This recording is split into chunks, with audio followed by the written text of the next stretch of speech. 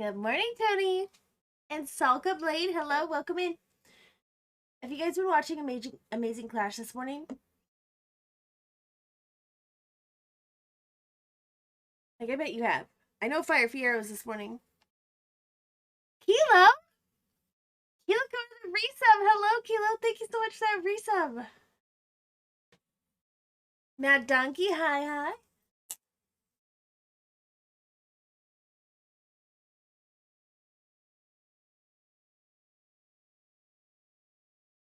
All right.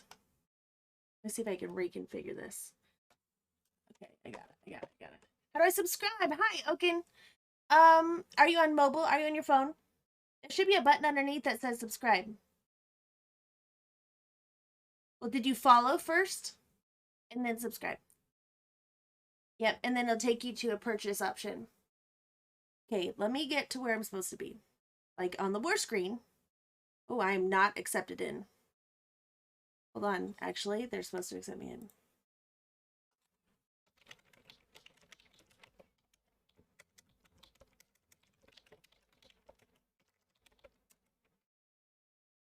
Yikes. I might be late for war if the clans don't accept me in. Alright, give me a second.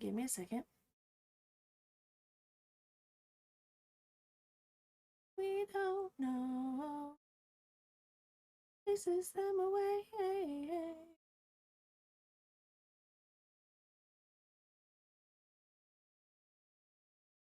Can't leave life away.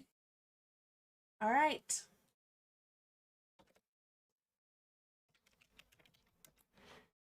You're in clan. Had to whine a little bit, I'm not gonna lie. Oh, they're having it's fun.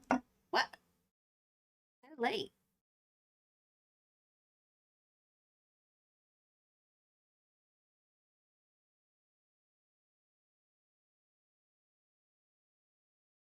They just finished playing Cha-Cha. I wonder what league that was. All right, let's get this going. Good morning.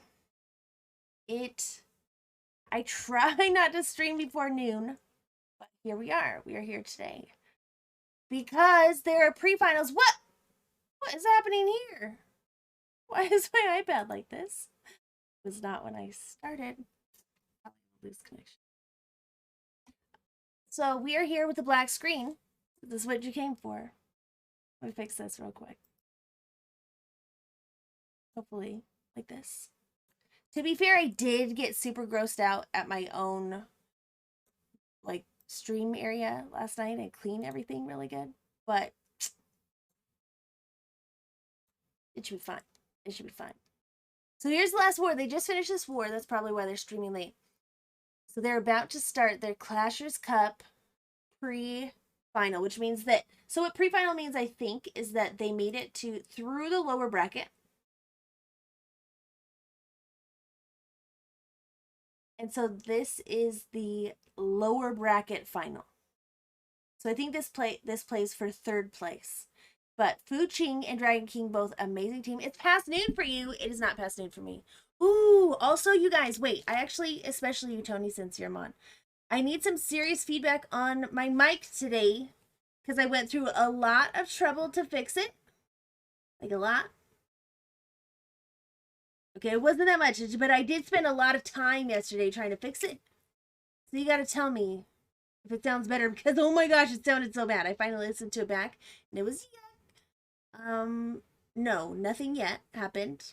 But Chirag offline subscribed and Kilo came in with a resub for 3 months. Thank you so much, both of you. Wait, yes, what? Yes, you will give me feedback about my mic. Or yes, my mic was sounding so bad and it still sounds terrible. Or it sounds better.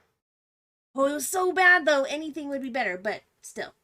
Okay, so while we're waiting for this match to spin, let me get you some stats on this next upcoming match. Oh, it did work. It just didn't notify. That's weird. I don't know why the notification didn't come up. Ooh, actually, I remember a long time ago, like a year ago, Kingpin, who is also from Canada, had some weird thing where his notification didn't come up because of the I don't know. I'll have to ask Kingpin what happened. But you have a sub badge now, so it did work. So I do this every month. Yes.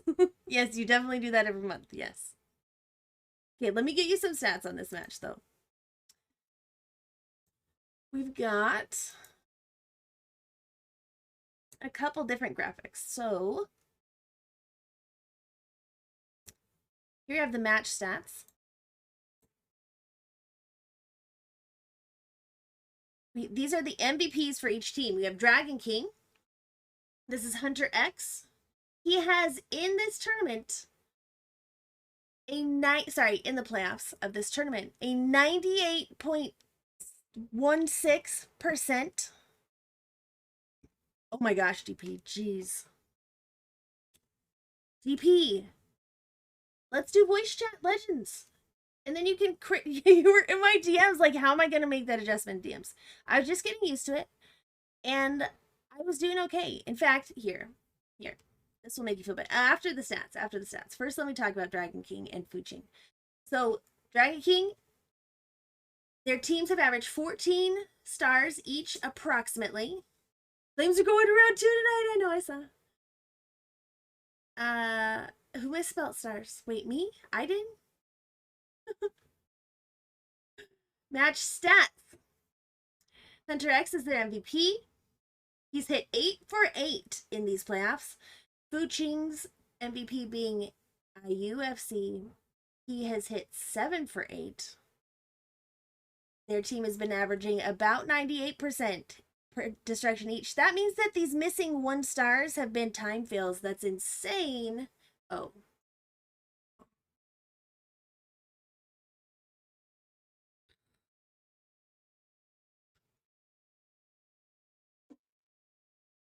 Yeah, I actually tried to pull it up. Wait, that hit I saw you basically swag RC. Yeah, well, okay, yes. I forget that because on Dragon Attacks you don't sue with your RC, right? RC's for the back end. King Lodo, rated with a party of 14. Iabi, hello. Buongiorno. Hi. King Lodo, thank you so much for the raid. Okay, let me pull up this other graphic for you guys. I tried to find it on ESPN last night. Italian raid, let's go. Welcome in, Kekor. Ciao, bellas. Ciao, bellos. Vamos. King Lodo. Grazie, grazie. E benvenuto. Hold on, okay. I'm getting distracted. Let me give me one more stat for you, wait. Here we have the other statistic for this match. You got this is the lineup. Hunter X, Windu, Dark Zero, Jenny Kim, and Arise. This is how many stars they average per attack. 3, 2.8, 2.7, 2.5. Average percent. Check these average percents, you guys. This is going to be an amazing war. It's on tonight. Last night was Toronto and Edmonton. Yeah, okay. What time, though? What time in my time? And a host of 22, King Lolo. Grazie. Okay. So we've got this. This is the war we're about to watch between the two teams. They're very comparable. Very comparable. You see a lot more, in my opinion, time fails coming in from the FuCHING side. Although, whose stream was I in? Eric's stream, I believe I was in yesterday, when he said I could see these teams being in a World Finals. And I agree with that. They play at the very, very top level. Starts to play 6:30. All right, I will be there. Wait, Tony, I know you want to stream it live to my Discord, don't you? I don't know. Maybe I'll be able to find it on TV. I'm not sure. For sure.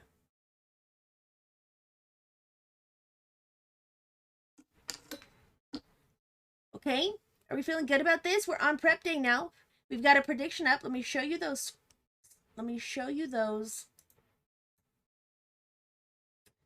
Lineups.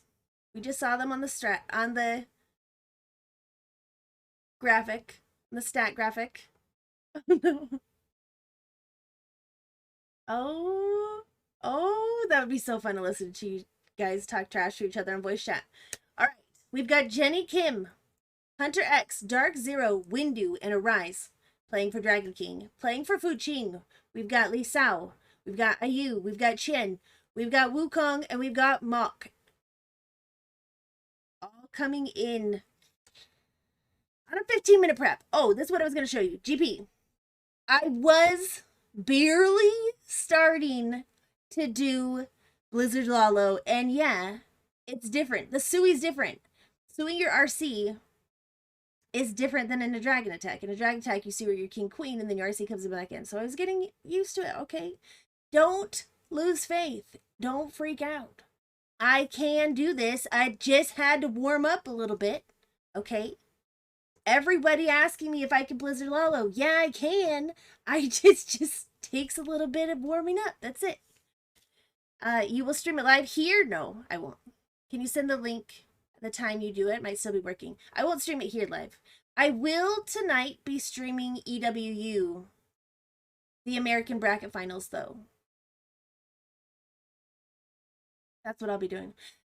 So I might have it on my other screen during the stream. It depends on what time it is. Mar doing hockey stream? I don't think I'm allowed to do that. I don't think I'm allowed to do that. I didn't even want to do the rest of the hits anymore. I already failed twice. I can't even break even. Ugh. Just do them. Just do them. Look at me, GP. Are you not entertained? Are you not happy now? No, I'm not changing that. This is why. I like my Yeti because I'm a noob at funneling and still getting used to funneling my King, Queen, RC in. Okay. Hi, Mag. You also would be so proud of this. Look, I can Blizzard Lalo. The other thing is eventually I won't need the Yeti, but I know I originally had 3 hounds in it. I need more loons because I'm rusty at Lalo, so I need more loons to get the defenses down, which means I have less tanking. Yeah, it does. But I'll carve out room for a 3rd one later. Incognito, hello. How are you? Thank you so much for all of your help in setting this up today. Incognito is an amazing admin of this Clashers Cup. Ooh, in fact, hello. Thank you for reminding me. In fact, he is a UDG Clashers Cup OP admin. Him and Rex doing an amazing job helping all the streamers out, getting this coverage to you, getting these amazing teams to you. So make sure to show him some love. And you guys are really awesome. Thank you so much for all your help. You have a baby drag and super gobs for funnel. My funnel is still broke on the first ones.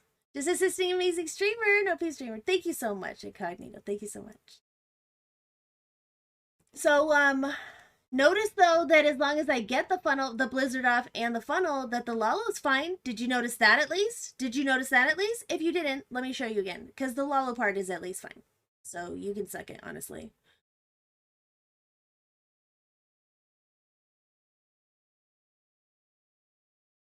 I don't need 2 wall breakers right now. No, I don't. I need more loons so I can get used to Lalo again. That's what I need. I have what I needed. I will adjust my comp and appease you shortly. Now was not that time.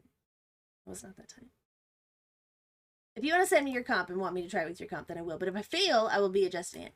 All you need is 3 stars. Yeah, that's what I need. That's what I really need. This is not clearly not my main attack, but this is to shut you all up about whether or not I can Lalo. The answer is yes. Comp or not. Okay? Okay. Now you guys can quit asking me about it. Give me crap for running dragons. Since we're blowing smoke, let's give Tony some love for being an OB mod. Tony is an amazing mod. Tony's actually so good at it. Like,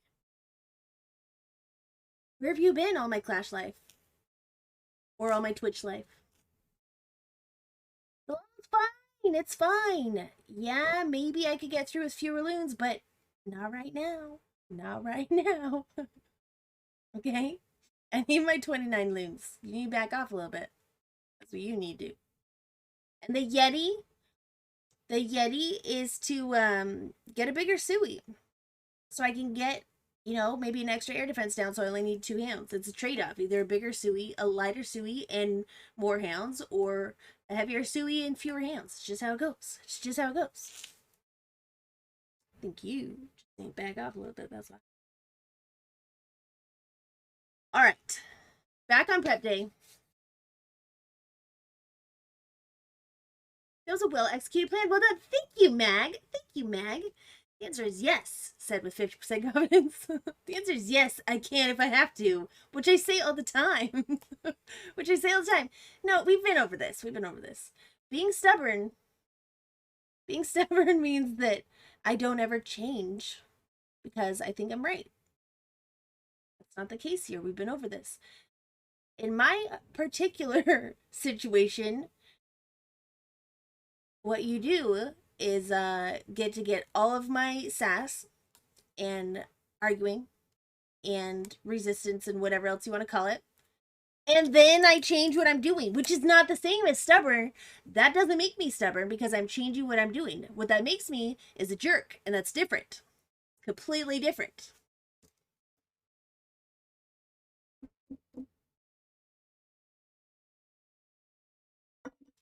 Get out more? Facts. Facts. They're a lot more stubborn. They're a lot more stubborn. I'm quite flexibly minded, okay? It just comes with some attitude. And honestly, I don't have an intention of dropping the attitude anytime soon. So you're still arguing with your stubbornness. Honestly, I think that you just have a misunderstanding of what that word means. Because I can definitely feel the energy of what you're trying to accuse me of. It's just not accurate. Because I'm willing to change. Which makes me not stubborn. It's fine. It's fine. It's fine. It's okay. Alright, let's see. I actually feel like I'm having like flashbacks of a recent conversation where someone kept calling me entitled. I'm like, I don't really think you know what entitled means. But I can feel the energy of what you're trying to say, and I get it. So, okay. You don't have to keep repeating. I get what you mean. I just don't think you know what that word means. Same with stubborn. It's stubborn. Not entitled or stubborn. Said every boomer mommy. No. That is actually not accurate. It's okay. You guys want to throw shade? I don't have to correct your vocabulary. You can say it however you need to, I suppose.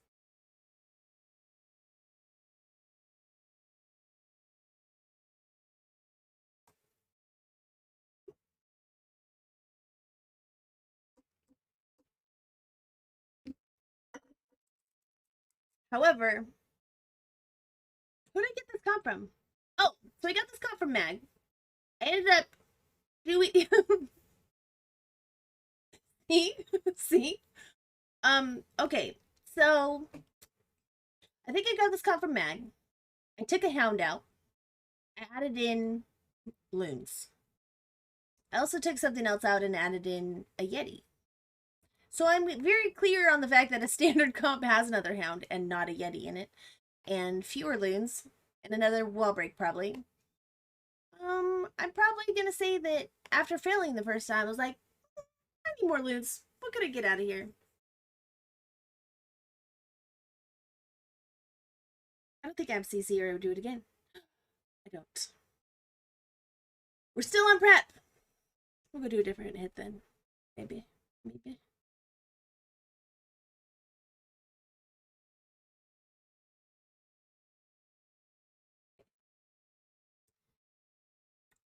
Yeah, we'll go in with one. See what we got.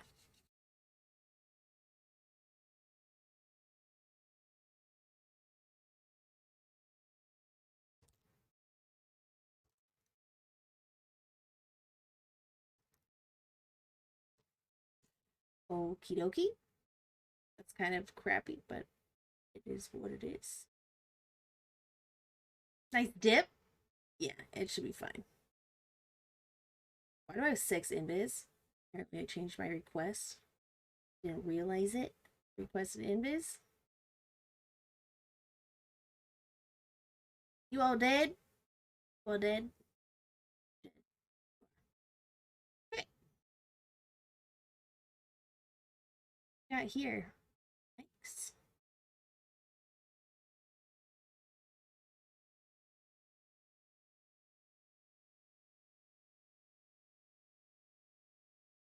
Time it to the vampire. Choke on a rhyme, but the light. Please don't see the hound. Find nothing but faith and nothing. Wanna. Ooh, I missed the loons. Yikes.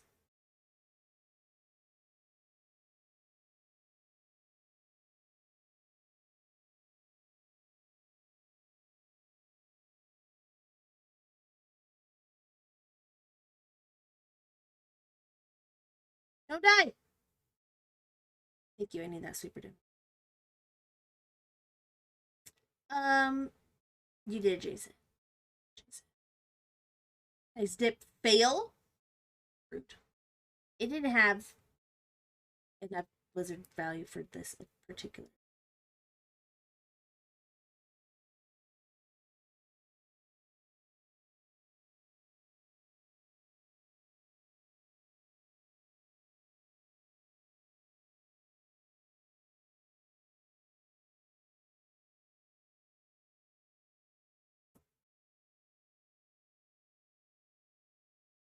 Time fell. So sad. Like, these are max defenses. They're just not max walls, okay? Honestly, this air defense not going down. Because I could have set a funnel if it did. Or the single at the very least. How did my blimp land right there? I just misdropped my blimp. It had to be just a little bit lower. Or something. Yeah, it had to come get chain off through these buildings in the single, and then it would have been fine. And I just missed it with my blimp drop. It's very sad. Hi, Mr. Peanuts. How have you been? It's been a while. Okay, hold on. Let's see. We're gonna pretend that never happened. Exit. Gonna come over here instead. We're gonna do a redo. I think would have been better to Blizz Scatter than Sui. You don't do that, not on that style base with that attack. With a Lalo, probably. In fact, for sure, 100% for sure with the Lalo, yes. But let's try it again. Yeah. And I don't have a dumb spell. I don't have 6 invis for no reason. Oh gosh, this is gonna be bad. Just working like good, just working like crazy. How are you doing? I'm doing wonderful, thank you. All right. What do we want to do here?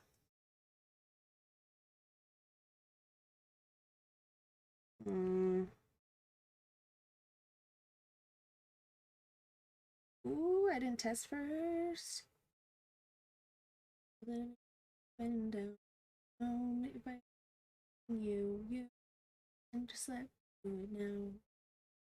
Can you beat a wall for me? Aw, thanks. You're sweet.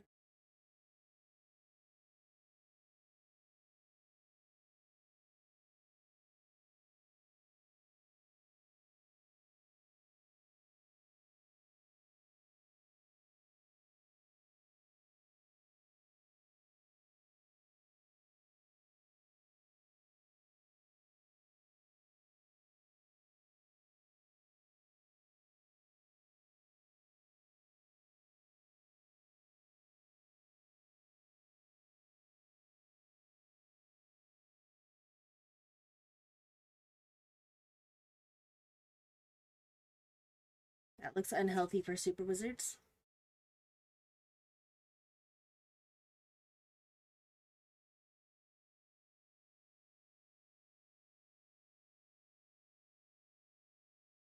I should say that for Mercy, but no, we did that too. All right. It's gonna be okay. It's gonna be okay. Just gonna send that here. It's gonna be okay. That's why I don't play Legends. I just dropped my blimp a little bit off on that other one. It'll be fine. It happens.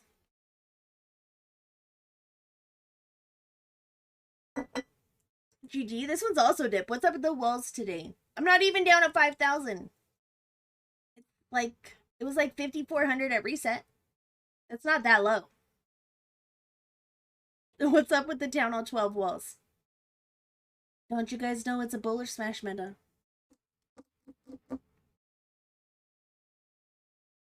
Poor James Bond. From Clan India. Hey, Clan India actually has a war right now, I think. In Blitzkrieg. Okay. Let's go back. We're done with prep. What clan am I in? Don't forget to do your capital raids. By the way, today they're really fun. I have 4 attacks left for the weekend. We just unlocked Skelly Barrels and Loons, so it's definitely like an air meta, which is really fun because you could do like Loonion.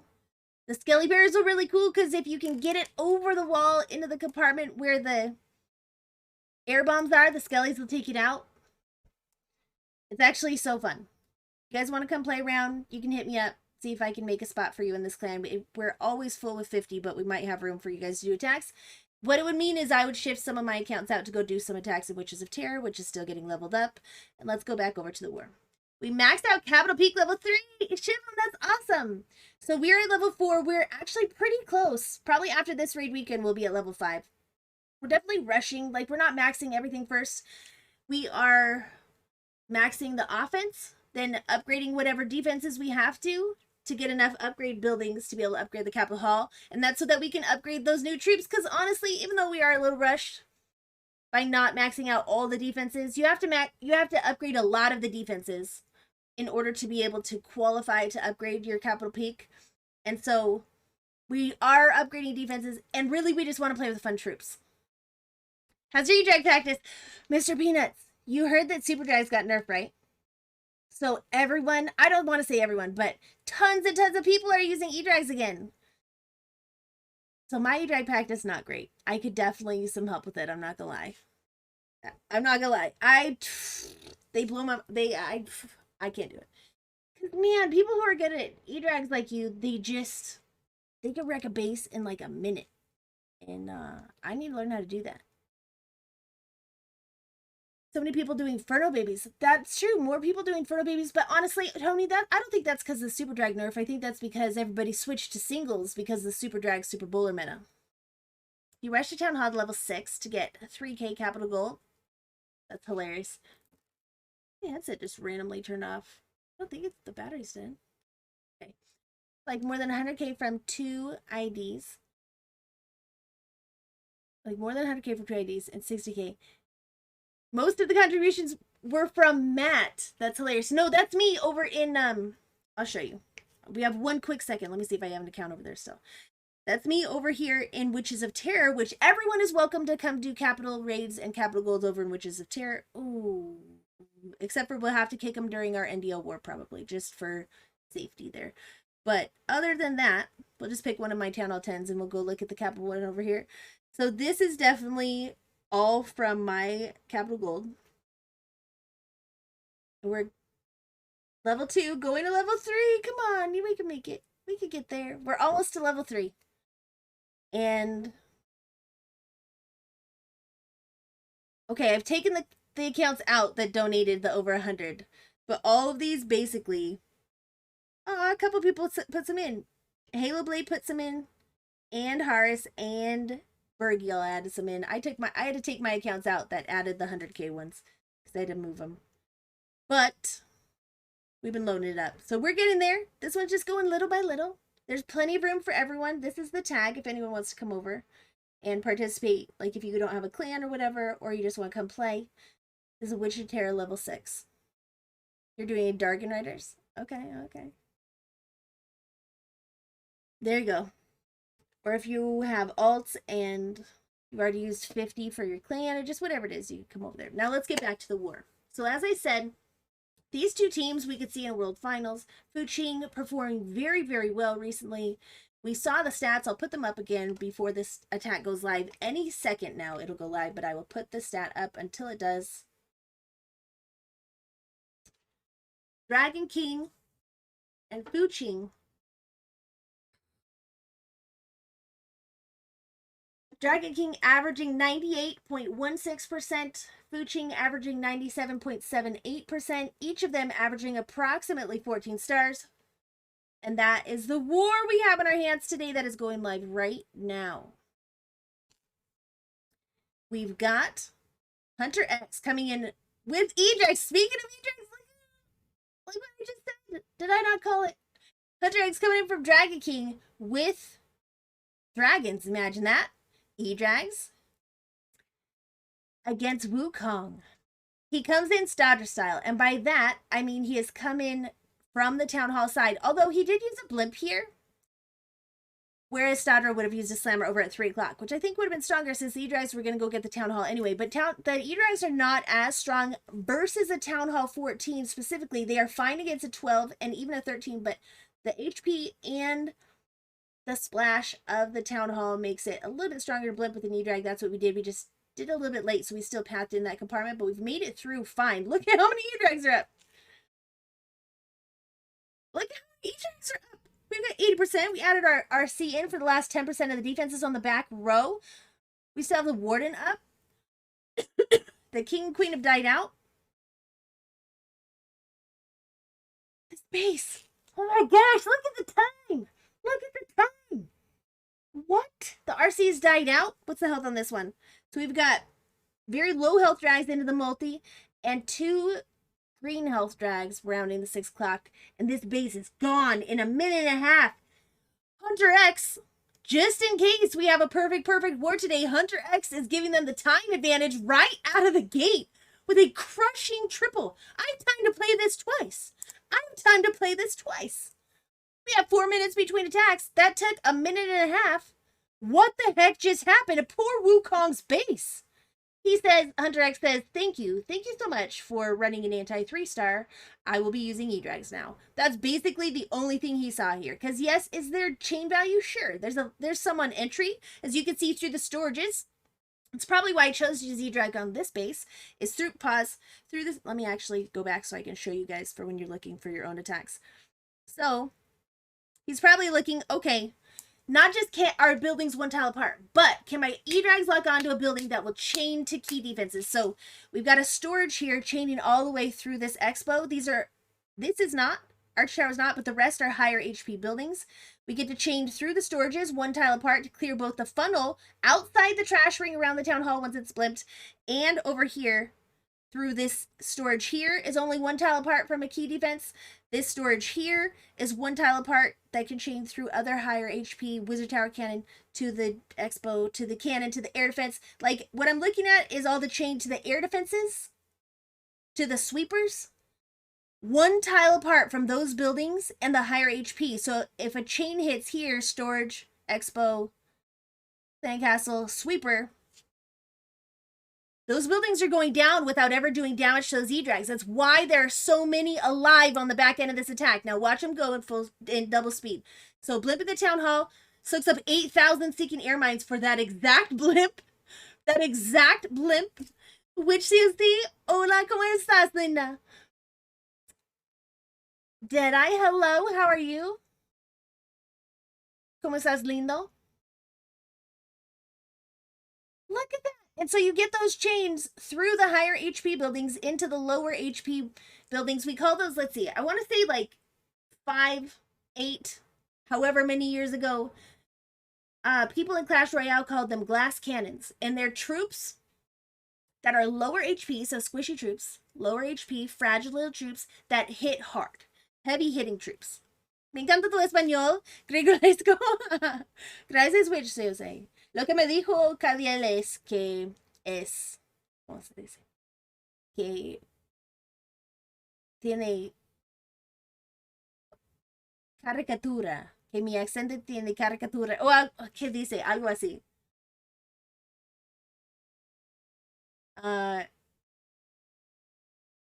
Olvidé una palabra así que no me recuerdo, pero es algo así. Pero no sé cómo se parece mi acento es trato. Al menos ustedes pueden entenderme, eso es lo que es más importante.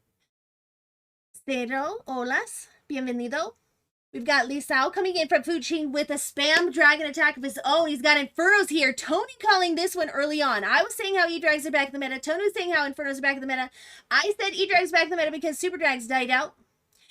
Tony, and I told Tony, I think these Inferno Drags back in the meta because of how many single target Infernos. And we're running single target Infernos in combination with these toxic bases. Toxic bases that are imbalanced, such as ring bases and teaser bases. They both promote spam. They both promote lower risk spam attacks, in my opinion. And you have the combination of those, singles and toxic bases. This being an anti-2, being run by Jenny Kim from Dragon King. And it's taken down just as fast as the E-Drags. It's taken down by Inferno Drags. What? I don't know. I don't know. It was the same attack. I have time to play it back twice. Guys. What is the average hit? Do you see that? A minute 40 and a minute 41. What is this craziness in this Clashers Cup? What is this insanity? What's happening here? What? FuCHING están en todos los finales que veo de torneos. Sí. Son extremadamente buenos. Sí. Ya conozco quién es el líder de su equipo o el capitán o algo. Y Chen siempre era muy bien de todos en ese juego, como siempre. Pero nunca tenías un equipo como con contrato. Pero siempre jugando por los top teams, top equipos. Y ya tiene su propio clan. Se parece FuCHING, China, no sé. Pero ese equipo FuCHING en todos sus finales recientemente, es la primera vez que veo ese equipo. ¿Ese equipo cuál? ¿Qué? ¿FuCHING? Cero. Tiene que visitarme más. What I'm saying is, which COC says, she's seeing FuCHING in all the finals lately. And I said, yeah, that's true. And I said, I do know Chen. Chen has been around for a long time and always playing for top teams, but never really one signed team. But I know him. He's always played for top teams and been very strong. And he's put what appears to be his own team together as he's the captain again of this FuCHING team that has made it very far in all the tournaments recently this season. Watch the champion that came through the back end. Checked his shield all over the place. Algunos jugadores de FuCHING son de JX Tigers. Sí, unos. Y antes de JX Tigers, eran de... Where did Chen play before that? Casi recuerdo. No es Darkest Muzan. Es algo diferente. Chen. Es que por, antes que era un streamer, una streamer, era un admin de los torneos, de los top teams de esports. Y siempre platiqué con Chen y sus equipos, quien siempre, si no ganaron mis torneos, eran en los finales o semifinales. We're having a hard time with these E-Drags. We're coming in with E-Drags again from Dark Zero, from Dragon King. Into a sweeper. The sweeper is doing more damage than I think Dark Zero anticipated because it is really pulling these E-Drags off track. But we still have 2 going strong over here at 3. We've got 1 dying out of the core. We've got 3 over there that are being supported by heroes into the Tesla farm over here at 9 o'clock. We've got a chain off from the E-Drags through the Tesla farm, which means they all go down in one shot to either the Queen or the RC, and they're all working through that 9 o'clock very quickly, actually, with the support of that E-Drag, but we still have 3 compartments at the bottom to get through. We check that RC shield. We freeze up the scatter. We have another freeze left. That ground bow being up is an issue. Yeah, that warden went down fast. Way outside of the base. Kind of had a Coca warden situation on the way into this base. If we triple with that warden going down anyway, I mean, I don't know what to tell you. We still got to freeze, like I said. We're going to be able to use it perfectly right on that ground bow for the Queen and the air defense for the E-Drags in just a moment. Or maybe we save it for the multi. There we go. A freeze comes in. We lose an E-Drag. We didn't freeze for the queen. We decided she was strong enough. Does this unicorn go down? How, right? Tony, how do we not know how to use E-Drags? How do we not know how to use E-Drags? Why are we not doing this? I don't know how to do E-Drags like this. Goodness gracious, this is like an alternate universe land where E-Drags just crush bases to me. I don't know how to make this kind of thing happen. What? Dark Zero coming in with another triple, even though he Coco'd his Warden on entry. Watch this Warden again. Watch this Warden. Mira la Centinela.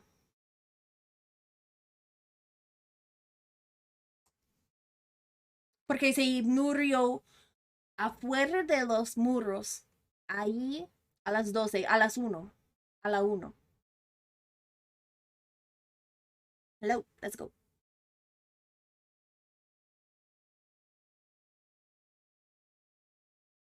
Early tome, really early, and delayed the rage. Then rage when they got into the base.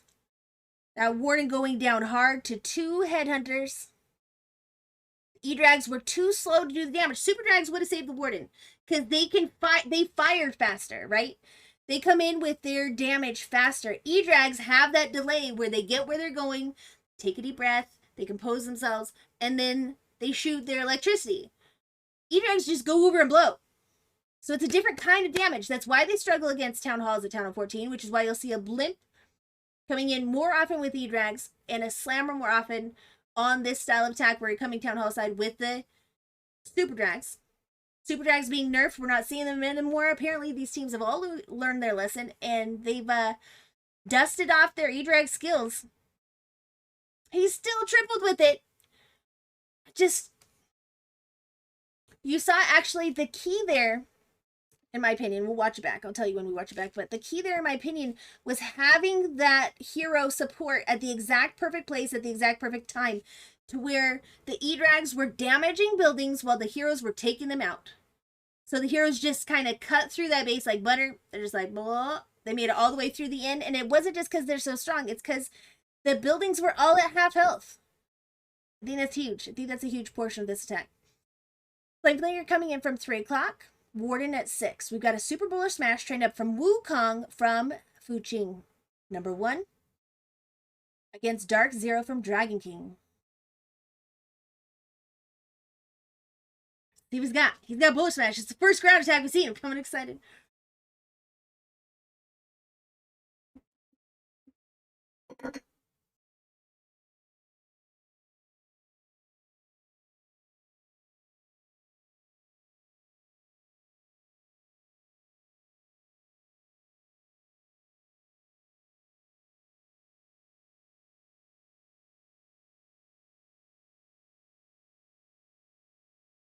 Here we have our Bullish Smash. Sorry, I zoned out for a second there. Here we have our Bullish Smash. We got our Flinger working in. I was checking out where the Flinger was going to end up. Actually, that's how my brain works while we're watching attack. Like, where's it going to end up? So we've got the Warden set at 6. We've got the push coming in from 4:30. We've got the Flinger that's going up there. It should live forever. It's going to be able to clear the funnel. We're going to add a support troop, probably a wizard up there to be able to keep everything inside the base because once we get through, we've already jumped in, raged in, jumped in. We've gotten that second star down. Well, it's the first star so far, but soon to be the second star. So that Town Hall is down. Generally, on an anti-2-star base, your Smash dies out to the Town Hall compartment. But you do want the compartment to be cleared before they all die. We don't want to leave these singles up on the back end of this Town Hall compartment. Potato is the best representative food for FuCHING. Streamlight person. Which thing? So is Chin. Also, and Potato. They're amazing. Those are the kind of teams that I love so, so much. Like, what an amazing thing to actually be positive, a positive influence on the community, be amazing at the game without being arrogant, without thinking that being good at the game gives you the privilege to be rude to people or inflexible or anything like that. I love that. They are lots of really wonderful people playing on FuCHING. I'm glad to see them doing so well. I agree. Fade, hello, welcome in. And Wake, hello, good morning. What's good, everyone? We got some We got some finals for breakfast. Not to mention that you guys, I don't know how many of you were online, but es una guerra muy emocionante. Sí. Creo que están usando esos dragones, esas formas de dragones, porque están anticipando una guerra perfecta de los dos lados. Y ya con su primer ataque están anticipando a ganar con tiempo. What I said is, it seems to me as if both of these teams checked each other's stats, right? They're like, okay. They looked at this, they're like, shoot, this is going to be a perfect war. Let's come right out of the gate with our first attack and make sure we're going to be the ones to win on time. Pretty much, right?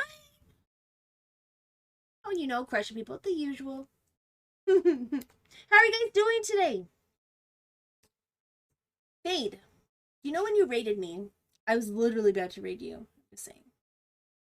I still can't believe Grandpa time failed on me. Yeah. So, we had a really rough war. And day in general. I don't know exactly what was going on there, but it was really rough. And, you should definitely rub it in. I definitely kind of wanted to just quit Clash last night. That's how furious I was. Not about your guys' war. Because I owed Kingpin. I missed a clone. That was like the only attack. Actually, him and Tony were the only attacks I think that I failed last night.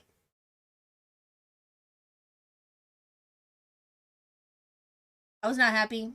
I missed a clone spell on a clone attack. It was the most ridiculous thing. But I'm happy that it was for you guys, and you guys got to bond and everything over it.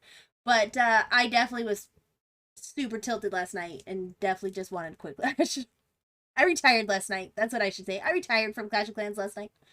Sorry, here we have Windu coming in for Dragon King. He's got a flinger setting his queen. This is the first queen charge we've seen in this war. Which yesterday we saw queen charge after queen charge after queen charge. And today, this is the first one. It's coming in from Windu from Dragon King. We got the Flame Flinger setting the south edge. We found that test farm right away at 9 o'clock. So that Flinger is working through it. Luckily, the Cocaloons that we used for the healer pulled all those tests, and the Flinger moves south towards the Town Hall, where she can reach it from there just fine because she has stepped north, tanked the Expo that would have taken this Flinger out, and she's now taking on the defending CC while we've sent a Dragon Rider push from 12 to path towards 3. It has to get through 2 multis, which is probably why we sent Dragon Riders instead of Lalo. And we raged up that queen to get through the CC. She does. She finishes off the pups. Now we move over to 3. That thing on that queen, we decided not to save her. We do actually save her with an invis. It was a little sketchy how late it was. Flinger doesn't get the Town Hall. Queen does get the single. Yeah, it was a little rough from both teams, in my opinion. How can I watch when I work? We'll find a way! Ken Flame, watch while you're at work. Join the dysfunctional boomers. We're all here together. Okay. RC comes in, added into where the king is rounded that 3 o'clock corner. She dips in for the defenses that are out of reach of the queen that trailed behind the king, although the queen is, she's kind of, where the heck is she? She's kind of delayed. I think, okay, there she is. That's right. Not behind the queen. It's the queen charge. I'm silly. The king walking around the 3 o'clock corner, the RC coming in for the defenses that he cannot reach simply by weaving in and out of that 430 compartment, and we finish together with the queen charge coming down through the Town Hall, securing not only the single, but then the Town Hall, finishing off the base at 6, where the king lives all the way through the attack, and the warden lives all the way through the attack. They finish the space off at 6 o'clock. Both the last two, not spammy 1-minute attacks. I'm happy with my performance. I started off well for my first competition. That's awesome. That's awesome. Wait, honestly, I'm happy. Do you remember when you first came in here and you were like, my team freaking hates me because I like Super Dragons? I was like, you shouldn't have to play with people like that. I'm happy you found people that you like to hang out with and that you like to play with. Ufa Brook Mara. Wish you had retired. You wish I had retired? I did. I retired from Clash last night. How can I watch when I work? Yes, we already went over there. We were close up by start. Yeah, we had those time fails, but it was just like that all night. Like, I didn't want to attack Tony. I didn't want to attack that base. I started the war off by saying, I see Super Ultra Blip in here, but I do not want to do it. Because it's baited, and I'm too rusty at it to recover from the bait. That's what I said. I literally said I don't want to do. I said if I'm doing this attack, I want to come in with a blimp. That part is baited at 3. I want to blimp it from 6 in between the single and the scatter. That's where I want a super archer blimp. My team talked me out of it. And then I got stuck with the base that said I don't want to attack. And I walked away from that attack being like, there you go. I didn't want to do that. I told you it was baited, and I pulled off a 2-star, and that's what you guys get from me out of that. That's what I said. I was so tilted, actually. That's where I would have blimped from. Here we've got FuCHING now. Sorry, we've got IU coming in from FuCHING now with a queen charge of his own. A queen charge hybrid trained up and is over here at 2 o'clock.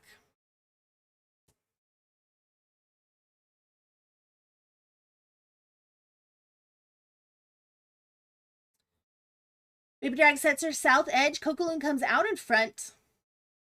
But if he sent 2, he potentially could have taken that ground bow off. Unless it catches a sweeper. No, it doesn't. But we find a Seeking Run. We send another Kokoloon. Bruh. Queen steps in the town hall compartment. I just got called into work. Where do you work, Tony? Queen steps up into the town hall. Red air mine pulled by that Kokoloon. Queen steps up to the town hall while taking no damage from any other defenses. Yay, I'm glad you get the day off, Mike. King now working right from 12 is going to dip into the 12 o'clock compartment for a moment, then dip back out at this cannon. I don't think we wanted him in on a hybrid that we're sending in from 1 o'clock. You don't want the king in the base because if the king goes in, your hybrid goes out. So we've got the hybrid now coming in from 12. We set up rotational pathing, although this is a bit wide. Leaving this flanking, this is a lot of flanking damage. Like, this has the potential, having that bomb tower and scatter shot offset like that, had the potential there to cause a lot of damage to a portion of the hybrid that was either not in the tome or not in the heal, but he's able to get through it. We now rage into the multi-target inferno on the back end. We get the RC in that rage that takes it down in 2 shots with the help of those highs. We split out to the 9 o'clock because the king did step into the base, which means our hybrid split out for a moment. There's our miners on the outside at 9. This is what I mean by that. Since the king stepped in, the miners step out to clear the trash. The queen is still up, has lost her healers now, has popped the ability. She will go down to the scatter. We still have the RC of 1 freeze and 1 archer left for cleanup. We still got some miners, but they are very low health. So we need either the warden, the RC, which just went down, the queen. Like, we need this scatter tanked while the miners get into the firing range of this scatter shot. Sama, hola. Estaré almorzando. Viéndote. Let's see. Hold on.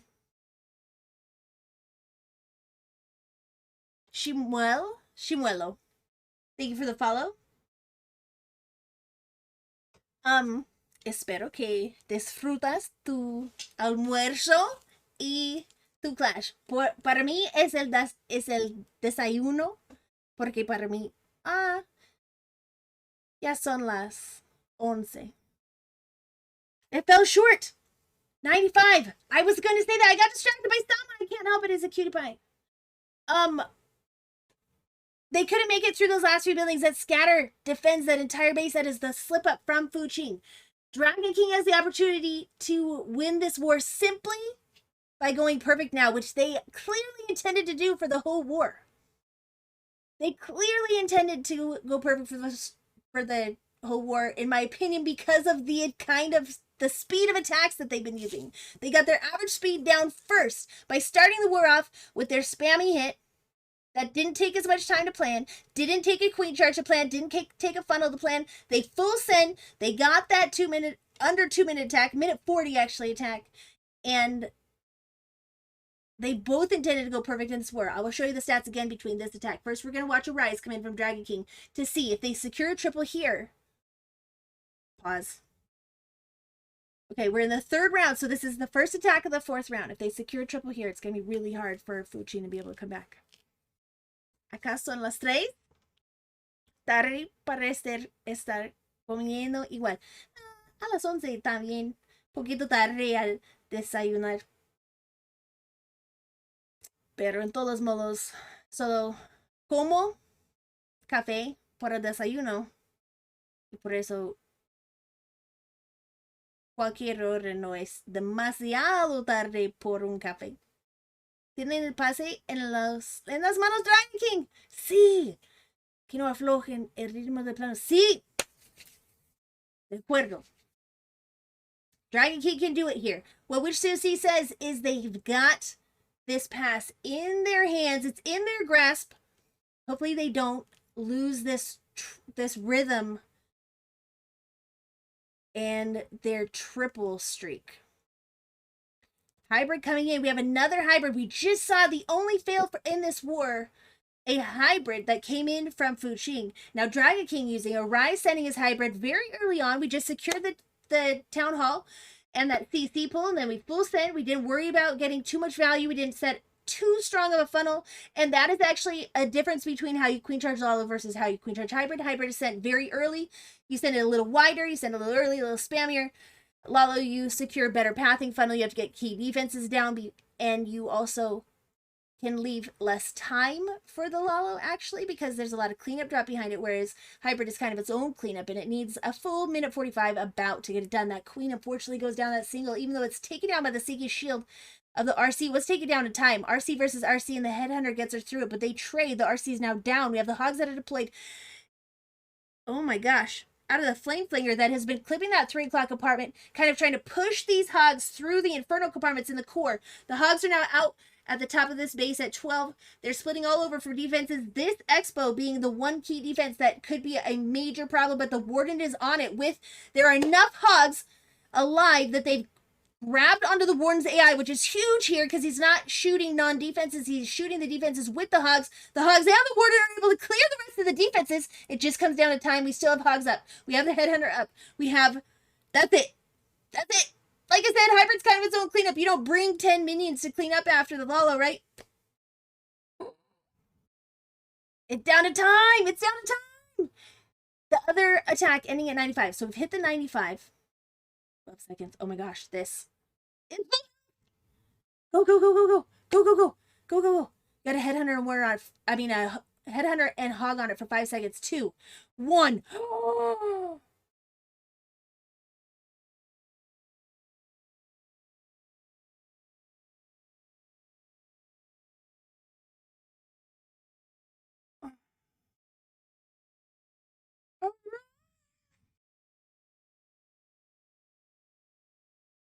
Oh no! Now they're tied on stars, and now FuCHING with a triple here makes it a star war instead of a percent war. And it'll be whoever triples in the 5th round. Why is my headset turned on? Igual van ganando por porcentaje. Y le hacen pleno, así que va bien. Sí. So, which Sama says that they still have percent, and that's true. Dragon King has percent. So if they have another triple, they'll win the war. But it comes down to, we've got Chen. Chen es uno de mis favoritos, que también es muy amable como potato, como me dijiste, which. We have Chen coming in from FuCHING with a Queen Charge Lalo. We've seen Chen through the competitive community for years now, and he's proficient at many attacks, but this seems to be his main. Got that blimp with a wall break inside the Yeti blimp. It opens up the single. So it'll get that single off. It'll take that threat away from this queen charge, and it'll get the CC pulled to the queen here outside of the range of too many defenses, although she was in range of the ground bow, but she gets that ground bow down with the help of a Kokulun before she has to lock onto the hound, which is huge. King setting her left edge now to continue to push that queen inside the base. We actually need that funnel set into this lane. So we've sent the king here so that she doesn't walk on the outside trash. We've set the Yeti here at 9:30 with a wizard so that he'll now step into this lane that reaches on the outer layer of this ring base. Sorry, not the trash ring, but the outer ring of this ring base, kind of masquerading as a diamond. That's what I like to say. And the king is now in that lane so that he has stepped in and pushed that queen up here to grab this building, the queen, and now she steps in the town hall. That queen charge was perfectly executed, perfectly scouted, stratted, and executed by Chen. And now we send our Lalo in from 12 to 3. It's sent really heavy and a bit spammy, to be honest, but we have to get through a large Eagle area, that whole top quadrant of the base that was stacked with defenses. We hadn't found the Tesla farm so far. We anticipated it being up there at 11 and 12. And so we sent a really heavy Lalo drop, all the loons, all the time, all into 12. Had to get through it. We did. We have cleanup drop behind. We still have the RCM. She checks her shield now. We still have an invisibility spell. That queen, though. The queen has not only secured the town hall, but the queen has stepped into the compartment, reached over the walls, cleared everything from both the core and the inner layer on this ring base. Queen now steps out and starts working on the back end. It's looking good. It's looking good specifically because we have 3 sneakies. Tenemos 3 super duendes para limpiar la basura aquí a ese lado del 4. We have 3 sneakies to do cleanup, which is going to help him a lot with time. That is a triple coming in from Chin, from FuCHING against Hunter X. And now they are tied on stars. It comes down to who will triple. If they both triple, Dragon King has a %. Other than that, whoever triples wins.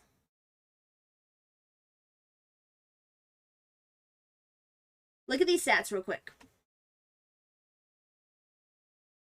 Look. So these are the stats from each team. Dragon King and FuCHING.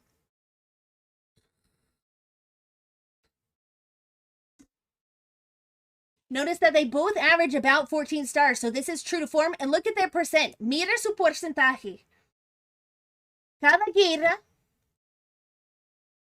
es de sus 5 ataques. Su porcentaje es 98 y 98. Significa que sus mufas son field times. No son mufas. Como yo. Como nosotros. Todos nosotros del mundo. What I'm saying here is that if you look, this 98% average on both teams means that when they fail, when they get those 14 stars, when they fail, it's a time fail. Or very, very, very close. That means that they do not have a problem planning, right? And so true to form in this war, it could be a 14-14 war, which would be their average stars. And it could be that the only fails are those very, very close 95 and 99%. Wayne taking tons of damage. Jenny Kim charging in from Dragon King. ¿Conocen Jenny Kim? Y su nombre es Jenny. Es una mujer. Como Jennifer. Como a mí, que necesito de tropos de otros. Sí, sí. También yo. Creo que todos los otros jugadores tienen más tropos que yo. O al menos tienen un trago de energía o algo por sus héroes. No sé, especialmente sus reinas con sus caminatas. Porque a mí, siempre mi reina tiene sueño. Okay, we've got Jenny Kim. He comes in with a charge. He starts right at the tip of 230. Wraps around the 3 o'clock quarter. Heads to 5. We've got, let's see, the early tome, but we find the tornado over there at 1. Interesting place for that tornado. Definitely baiting a specific attack here, but it's caught the king that has decided to come in with the hybrid, which is not ideal, because like I said, if the king comes in, the hybrid goes out. King is not sending a funnel here. We are anticipating seeing a huge split from Jenny Kim's hybrid. The hogs have been deployed out of the siege barracks that was set up at 12. We still have wizards working through that side in the RC. We get a headhunter down on the king so that RC lives, especially under rage, gets that king down very quickly. We pulled the CC with the hybrid. And the queen has gone down to the single. And the damage down here at 5 o'clock. The hybrid is rounding the 9 o'clock corner. We've got wizards still working on that funnel. We've got the RC alternating between getting pups down from the lava hound and defenses. And then that king is back out of the building where he belongs. So hopefully that'll keep the RC and the rest of the hybrid. This is looking good. We got that RC ability. We're going to invis her into the single. She checked her shield. The fact that she held on to that ability through that king was huge. So the key to this triple, honestly, was those headhunters and the timing. Getting her raged up and getting her through that king with ability means she chucks it down here at 6 o'clock. She gets through all the defenses on the last cluster so she can make that final push where the queen had died out. Oh my gosh, it's so smart.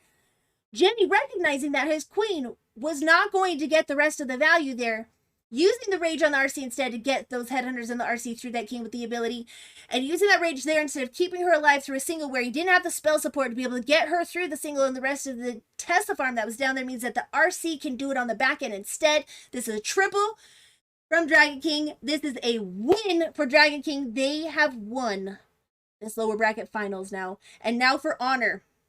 We have Mock coming in for honor. We love us some for honor attacks because it means we may have lost today, but we'll see you in the next finals. And I hope that I do both of these teams so entertaining. Si quieren ver esa guerra otra vez, voy a poner el video de esa guerra de mi stream en YouTube. Por favor, dame un follow. Es bien nuevo. Solo tiene 2 videos y son, how do you say scuffed? Son mancos estos videos, pero eso no es. Pero no son profesionales, solo son el directo en YouTube. Pero puedo ver ahí, puedo ver los ataques en más rápido como YouTube te da. Pero necesito más apoyo ahí para empezar el canal a motivarme a hacer videos mejores. Entonces, por favor, dame un follow, dame un view y un like y todo eso. Okay, what I said is, if you guys want to watch this war back, listo suscrita. Gracias, Witch. What I said in Spanish is that I just barely started that brand new YouTube channel. You guys have been asking me to do it. I did it. I don't have great videos up. I just am going to put this war and this stream up on the channel like I did. The link is right there in the chat. And to be honest, I need your guys' support. If you have time, put it on to play and give me a view, even though you've already seen the war. Give it a like, give it a comment. Any interaction that you can will help the algorithm pick me up and get more people to the channel. That would be great. And honestly, I need that for motivation. El 39. Gracias. Como te dije, es bien nuevo, pero alguien necesita empezar con algo. And Mock now coming in for honor from FuCHING. But guys, seriously, if you want to be a friend, you want to be a real one, go spend a tiny bit of time out of your day, give it some support. Because even though, I mean, I don't want to go rewatch a Twitch stream on YouTube, right? But we gotta kickstart the channel, and honestly, I need that in order to motivate me to make better videos and better content on there. Because right now, it just seems super overwhelming. But if you guys are out there, you know, giving me some moral support, I'll do it. Sí, ya ganó Dragon King. Son los ganadores de esa guerra. Y lo que digo de ese ataque de Mock es que es por honor, y dice que aunque no ganamos hoy, vamos a verte en el otro torneo. En los otros finales voy a estar ustedes. Voy a estar con ustedes y vamos a ganar ahí. Entonces ese ataque por honor de Mock es un Queen Charge Hybrid.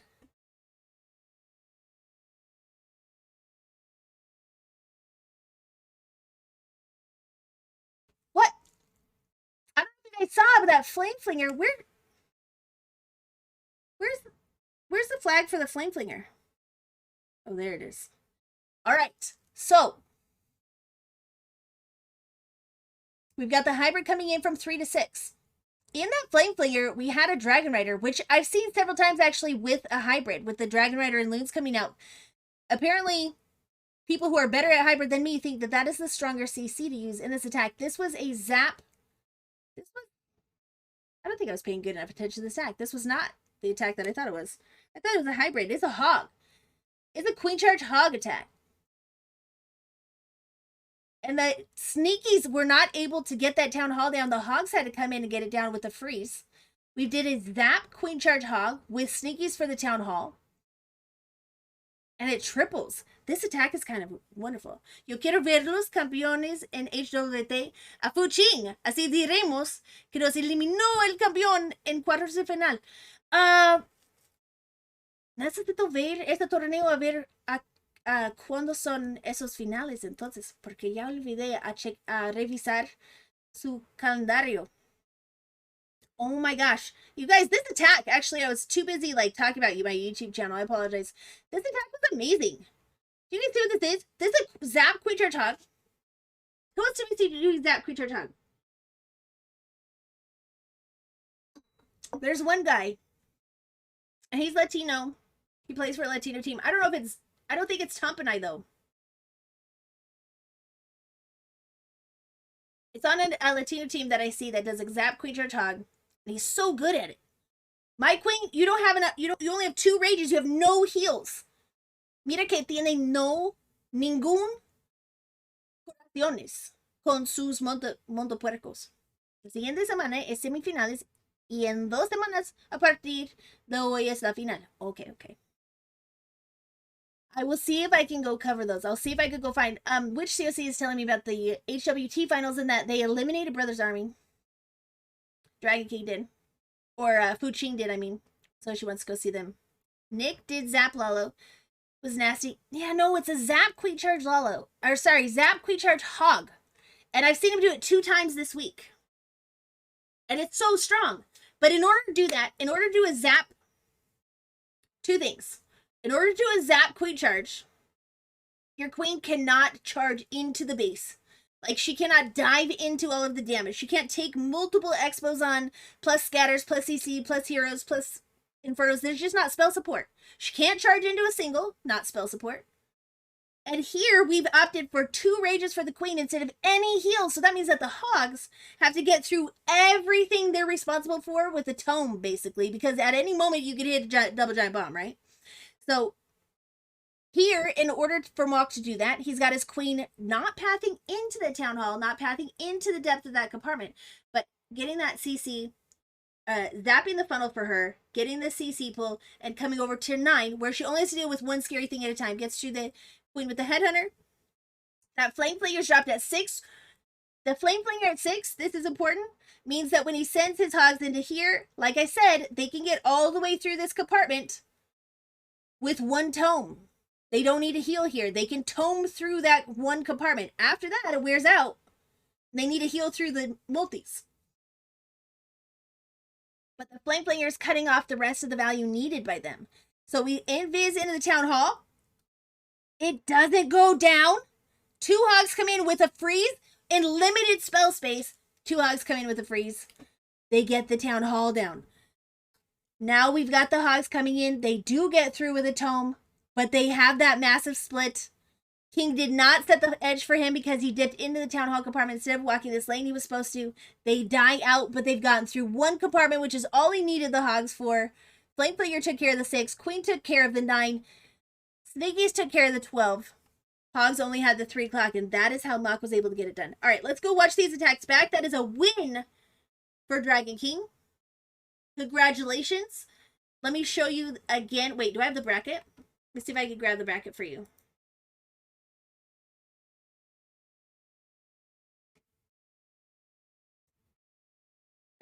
Do I have this up already? No, I don't. Let me pull the bracket up for you so I can show you what they've made it through so far.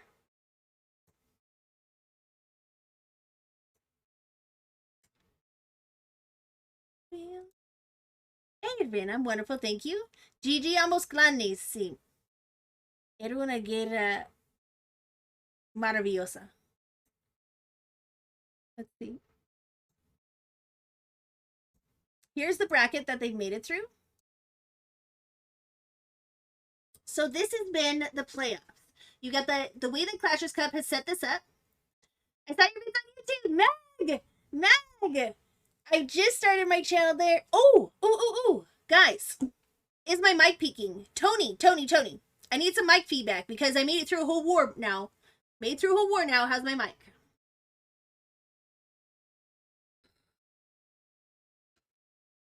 Also, Meg, I also saw my videos on YouTube in my brand new channel. This will be up on YouTube if you want to watch this war back. They are currently scuffed, unedited streams uploaded onto there, but they will get better and better, especially if I get a little bit of support from you guys. Please take a moment to go give it a follow, give it a like and a comment. Even just say hi to me there. Consider it my DMs for the moment. because we got to do something to kick off that YouTube channel, and I need the motivation to do something better and take the time to learn how to edit a video decently. But I'm only going to do that with a little bit of your guys' moral support. Okay. Oh, and the mic feedback. So I also heard my terrible, terrible mic. Is my mic better today? Who can tell me? Is my mic better today? It sounded terrible, terrible. Nor helped me a little bit with it. I made some adjustments. We didn't actually get a chance because of Mobile Open to hop on voice chat and have him actually fix it, but reaction are a huge help and they're free. Yeah, exactly. Giving a like is free and it is wonderful. I cannot stream to YouTube at the same time as a Twitch partner. So I won't be streaming, but I will be posting the streams to YouTube the same day until I start editing videos. Estará muy buena la guerra de Stripe versus Stripe Gaming. Sí. Son los finales. Oh, look. You guys, look at this bracket. This is the pre-final. So this is a lower bracket final. You see who they've made it through. In the lower bracket, knocked down because of one loss, we had Destroyers versus Dragon King. Dragon King wins. We had RVNT versus Dragon King. Dragon King wins. We had Boom Academy versus FuCHING. FuCHING wins. GS versus FuCHING. FuCHING wins. And we've just completed this war in the lower bracket to determine our lower bracket finalist. Dragon King will be moving on. In the upper bracket, RVNT and GS were knocked down. And now it is Strut versus Tribe. That is coming up. I can tell you when that is. I believe I already reacted to it. You can come check me for that stream. It is... checking right now.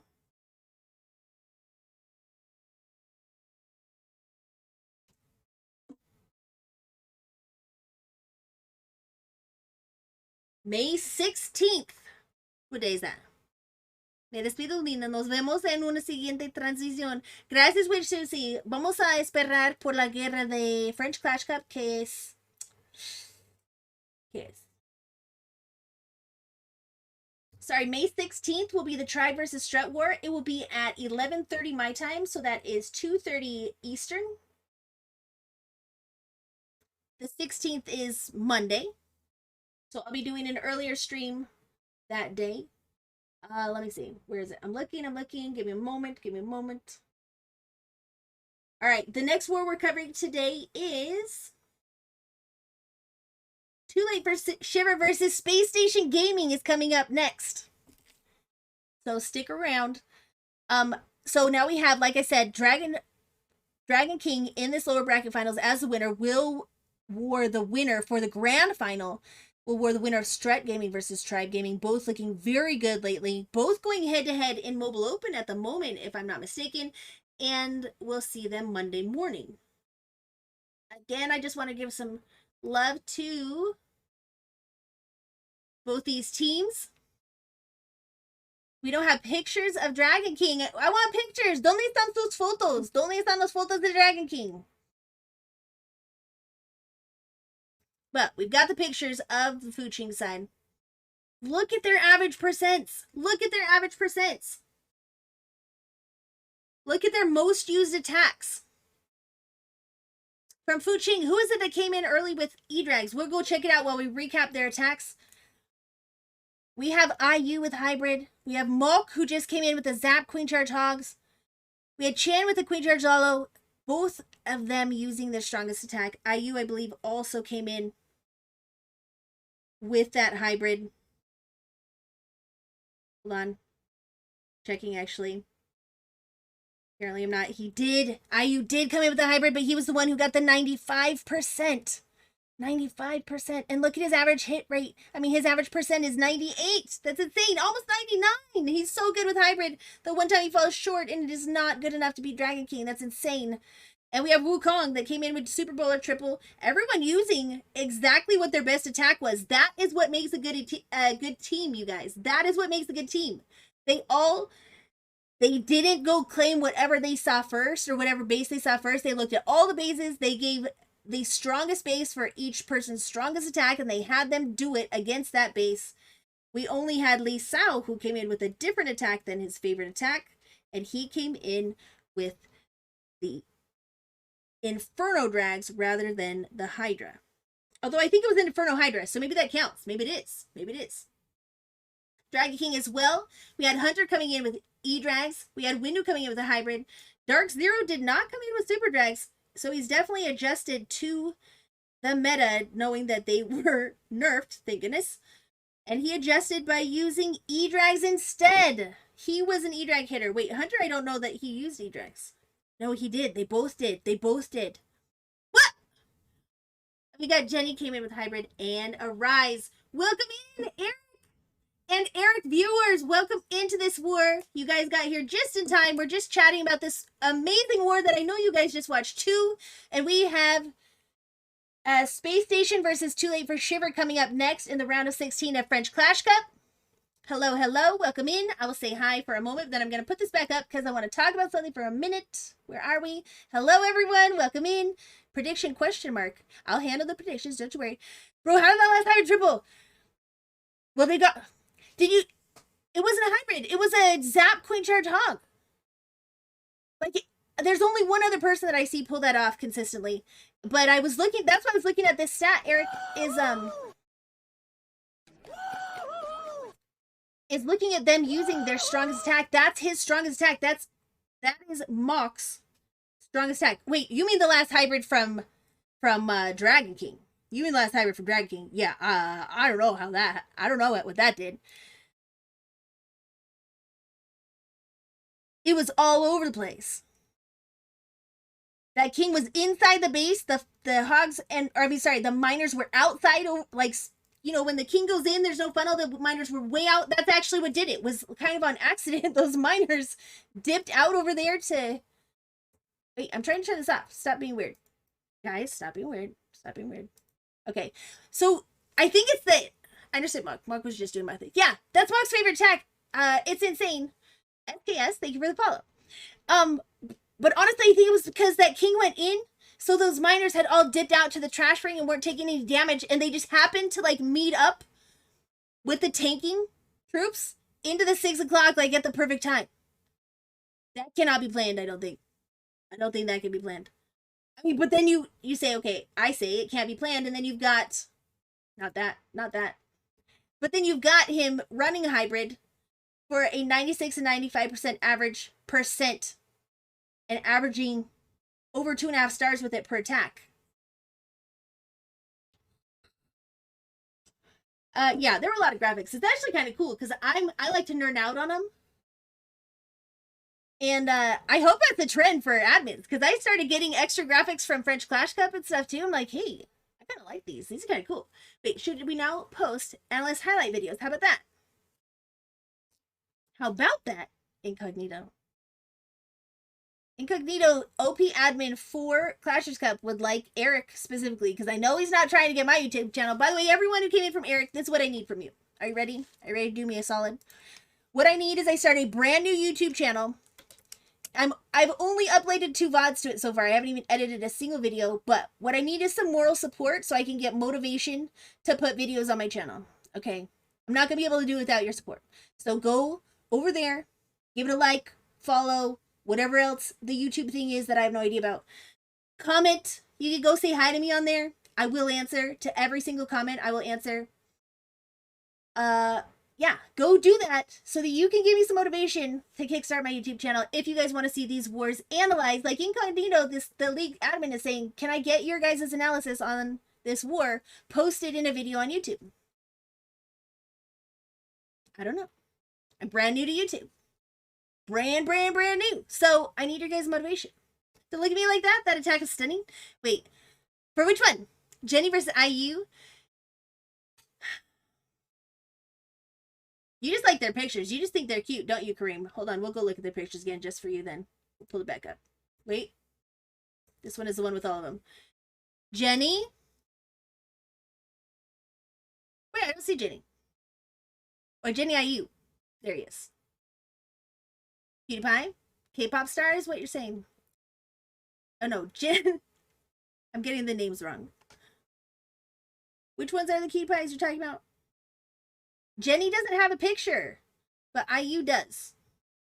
Jenny Kim. Oh, I got you. Okay. I get it. I'm gonna need a picture so I can determine that. All right. Okay, so here we've got it. We'll go back and watch these attacks back because we have Tiago. How come I can't hear that? Why is my alert box audio not coming to my headphones? That's weird. Tiago, thank you so much for that reset for 14 months. What a 14 months, Mara. I have to confess. You're a cutie, by the way. Know you. You're adorable. Well, privacy stuff. Players opted out. Oh, I see. But, all right. Hey, Himnesh, are you just joining us? Who do you think won the war, Himnesh? If you had to pick between FuCHING and Dragon King, who do you think won it? I'll tell you what my prediction said, unless we've already paid it out. Maybe I can tell you anyway. I will say that our predictions were exactly 50-50. Dragon King did win. I won it. Jonathan won it. Dragon King won it. They're both K-pop fanboys? You mean because of their hairstyle? I don't know. All right, 14-14. Look at that percent destruction. 99% destruction versus 99.8 destruction. The difference between 4 buildings on the map. Just subscribe and like the video. Thank you so much, Pacey. I'm not kidding you guys. I need the moral support. I will not be motivated unless I get it from you. And it takes very little from you. I know it's just garbage right now, but it could be amazing. Of course, you jinxed the team we were in. Oh my gosh, that happened that one day this week. Your predictions OP. Yeah, it did. 99% destruction, 99.8. Let's watch these attacks back. First, we'll watch the attacks from FuCHING. FuCHING doing an amazing job. Which COC was in here? She's like, man, I see FuCHING everywhere in the finals lately. That's true. They've been doing amazing. And I will say that the reps, Chen and Potato from FuCHING, both amazing people. Always polite, always respectful, always humble, and willing to be a positive influence on the community, and I really appreciate that about them. Do you post analysis videos on YouTube? I have just posted my first 2 videos ever on YouTube, so no. This will, well, the analysis you get live, I will be posting this war and the analysis of it during the war and after it onto YouTube, so yes. But no, I will not be putting a recap up. So here at Lee Sao, we know that his strongest attack is the Hydra. Almost dying. Bro, this work did kill me. And it looked to me as if the first round of hits came in as if they were anticipating a perfect war, which says something about the meta and about them honoring their team or their opponent, right? They thought, if it's a perfect war, the first hit right out of the gate, we're going to do a really reliable spam attack from our most reliable spam hitter. We're going to drop it in under a minute 45. I want to say one was a minute 41, one was a minute 40. Anti-2-star base. I always say imbalanced bases. Ring bases are imbalanced because all the key defenses are centered in the core of the base, which means the outer rings are all really lightweight. It's not balanced. And, sure, of course. And it promotes spam. It promotes lower risk spam attacks. This one going down to an Inferno Hydra. Inferno Skelly Hydra. And the other team, of course, Dragon King came in with E-Drags in the same fashion. We had another anti-2-star base. This is a ring base, in my opinion, kind of masquerading as a diamond base. This went down to Chen with the Queen Charge, also his strongest hit. Also, if you are thinking about a 5v5 team and how to be successful with it, I would take notes here from both of these teams who were able to portion out the bases. They had strong enough base ID as a team to portion out the bases to people to be able to use their strongest attacks and triple with them. And they all did come in with their strongest attacks, and they all did triple them, except for Super Dragon Guy. And he adjusted and used the E-Drags after nerf. So here we had, I also pointed out, I'll show this one back again, one sec, because we do have, what, 15 minutes till I gotta go head over to SSG. So, take a note of the funnel here. If any of you guys are struggling with your queen charges like me, who's always rusty on my queen charges, watch what he does here to funnel this queen, and hopefully this will help you a bit. Got a Kokoloon out in front, and, hello, I will do it. We've got the queen here, and notice that she's not dropping her healers until she clears this air defense, because the air defense would rake her healers over the coals because of where she has to start the queen. We've only eliminated one building at 5:30 in order to funnel her. because there's a 2-tile gap between the mortar and this air defense, and between this barracks and the building that was taken down, so the queen won't path that way. SSG lost, I think. In what war? Oli Lalo, bienvenido. Dragon King won. We're going to show the attacks back right now. This is the second one that I put on. So that funnel is secured so that the queen will at least path left. Now, we've got the wall breakdown, and we use the king to set her edge. And by that, I mean he starts to clear the trash ring. But you have to think further along the line. So where's the queen going to go after that? She's going to step in this outer layer over here into 730. Once she steps in here, she's not pathing in the town hall unless this lane here, these 3 buildings are cleared. So, once we drop our king here, we also have to funnel him. We use a Yeti and a wizard to do that. And he steps into the open lane and then sets the edge for this queen to path into the core of this anti-2-star base. She steps right into the town hall perfectly. It was perfectly stratted and executed by Chin. The queen steps up, is able to, we pull the CC out to the queen so that she doesn't have to stand under damage from the queen and the town hall and the scatters and everything at the same time, although she is under fire still, but she's able to get the ground bow off of her before she works through that hound HP. Notice that Yeti that I was talking about and the wizard cutting the edge for the king now to be able to funnel deeper into this base by clearing that outer layer of this ring base. Queen steps in, takes on the queen. The queen actually pulls the defending queen in a bit more even, and then the queen is able to turn the corner and step into the town hall. Yeah, it was a 99% destruction versus 99.8. The Lalo also, for any of you who say that dragons are spam and Lalo is not, that is not an exclusive statement. Dragons can be surgical and Lalo can be spam. And here, although Chen is a very proficient and expert Laloer, he sent a very spammy Lalo here, and it is because if you look at what is left on the back end of this base with those bows being ground bows, and his queen going to be able to get this scatter, all you have are very lightweight defenses because the base value spread is imbalanced because it's a ring base. He knows that that Lalo just has to get through the Tesla farm, which he finds right on entry, the Eagle, and this close, compact damage up there at 12 that is protecting this multi-target Inferno. As long as he can make it through that, then the Lalo will be able to coast on the back end, and that's exactly what he does here, but this is at least as spammy as a dragon entry here. He tomes through that damage as well with that Warden early on to get through that Tesla farm, get through the damage from the multi. Queen gets that scatter down and the core multi. The Lalo didn't pass through it. It was fine. The RC is sent with the Lalo here. Marav, hello, welcome in. He's got cleaner deployed all the way behind, and the Lalo did die out because of the way it was deployed. Because of the way it was just sneezed into 12 o'clock. It died out, but he knew his queen was in good shape, gonna make it through those key defenses, and have nothing that could take her on the back end because of the value spread. Do I say good morning when it's 1 a.m.? No. Definitely just good night. Good hello? Hello. We can stick with hello. This is what happens when you spam Lalo. Yeah, so here you have one of the top players in the world. Chin, I would consider to be, for years and years, one of the top players in the world. We have him doing a spam Lalo because it was the right way to deploy it on that base. Because he knew the base was imbalanced. He determined it before he went in for the attack, and that's huge. Here, Wukong coming in with his favorite attack, Super Bullish Smash. On a Super Bullish Smash, we all hate rings. At least I think we all hate rings. When you're hitting a ring with a smash, you know your smash is going to die out in the core. So you have to make sure that you have enough support after the core that the bowlers don't have to live, because they don't. They will die out at the core. What you want is them at least to clear the key defenses. Ring bases, like I said, are imbalanced. That means that as long as they get through all the key defenses in the core of this base, the scatters, the multis, we got the expos on the inner layer here, and they're going through the Eagle, CC, heroes also stacked in there. As long as they get through that, the King and RC on the back end should be able to have a strong enough push with some cleanup to be able to clear that back end, which is very light.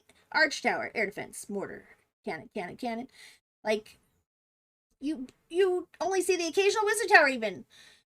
So they could get through it as long as we get a good push here. We've set the funnel with a flinger at 3, warden walk at 6. We push right into 430.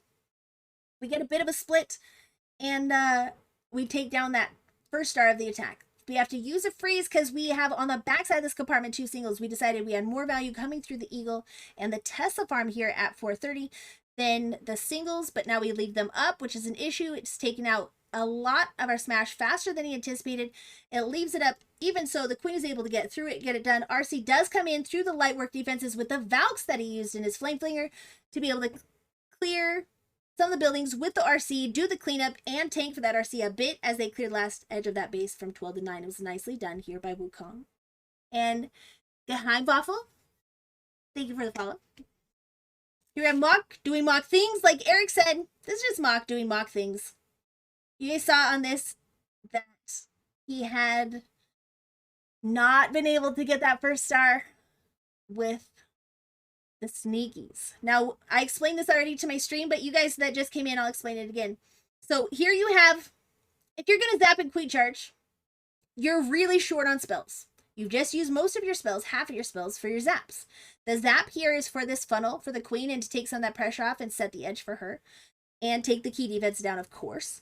We've set the edge for the queen. You cannot jump now into the core and deal with a bunch of high DPS defenses at the same time. You just don't have the spell support for it. All your stuff is gone. What do you mean? What do you mean what's gone? But we've got... So if you're going to queen charge high, you have to have a path for the queen. You have to zap and let her walk around so that she is only taking on one threat at a time, basically. By threat, I mean a key defense, hero, or CC. Then, if you're going to go in with no freaking heals for hogs, we all know how squishy they are. If you're going to go in with no heals, you have to know ahead of time that your hogs only have to get through one compartment because the tome can get them through. And Mock here, the tome gets him through one compartment. The hogs only have to get 3 o'clock. A tome can get him through it. That's fine. They will probably die out to the multis. He knows this. He's adjusted for that by using the Flame Flinger at 6. He's pathed the queen around so that she's in charge of the 9. And then he's using sneakies behind the queen charge in order to get that 12 o'clock. This idea here from Mock, we've done it. You've seen me do it before, I think, or strat it before when I had my team on voice chat. If you're able to walk past the town hall, you can clear the need for more sneakies by clearing storages, collectors, all of that kind of stuff, so that you only need a limited number and you can send it delayed behind the queen charge. That's exactly what Mock does here. Starting at 12, he's got the flinger at 6, already working. Like I said, he knows those hogs with no heal are going to die out as they skip out of that 3 o'clock apartment, but he's got his tome to get him through at least that. That queen is only taking damage from one bow at a time. And we'll use, I think our one freeze was here for this queen and ground bow, but with that town hall not going down, he has to use it on the town hall. So the queen has to deal with the CC, the queen at the same time. That rage gets her through it. Shipped out. No TV, fridge, or anything outside of my computer, iPhone, and iPad? Wait, what? Shipped out. As in, like, you're leaving school to go back home? And so you're just sitting there with just your computer, iPhone, and iPad and phone? Oh my gosh, that's funny. So here we have it. 2 hogs and a freeze, finishing off that town hall. The hogs have been tomed on entry to be able to get through the 3 o'clock apartment, and they do. They do die out to these multis. He knows it's going to happen. That king does not set the edge for them, so we get a bit of a split. But the king comes back in to get that multi-target inferno. The flinger has cleared the 6 o'clock with the Dragon Rider loons. Well, its own damage, siege machines damage, plus the Dragon Rider loons that were deployed out of there. That's a triple. Okay, these are the attacks that won the war. Ready? First we have... Which one is this? Queen Charge Dragon Riders. Coming from Windu. Hold up. This is not what his preferred attack was. I thought everyone used their preferred attack. Let me see what it was.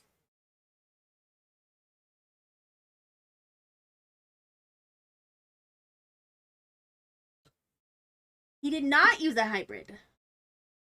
Obviously preferring Queen Charge attacks if he's a hybrid attacker. And he comes in with a Queen Charge Dragon Rider instead. I'm assuming it is because of all of the dead space, the fact that he has to take on 2 flanking multi-target infernos at the same time into both the king and queen.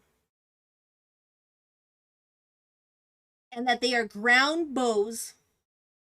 And lots of dead space between those multis where he anticipates a lot of giant bombs. Let's see. What do you guys think? So he's got to send his hybrid 12 to 3. He's got ground bows there. He's got all the heroes. He's got lots of dead space between 2 multi-target infernos that look like they might be good for a blizzard. It's going to be giant bombs. Could be worse, to be honest. You mean for a hybrid? Or, wait, gotta live. It could be worse. Yes, that's true. It could always be worse. You have to assume that's why he went without his favorite attack and went with the Dragon Riders instead here. Let's see what he does. He charges through. We've already got Sneakies down, setting the edge for her to be able to step into the 10 o'clock.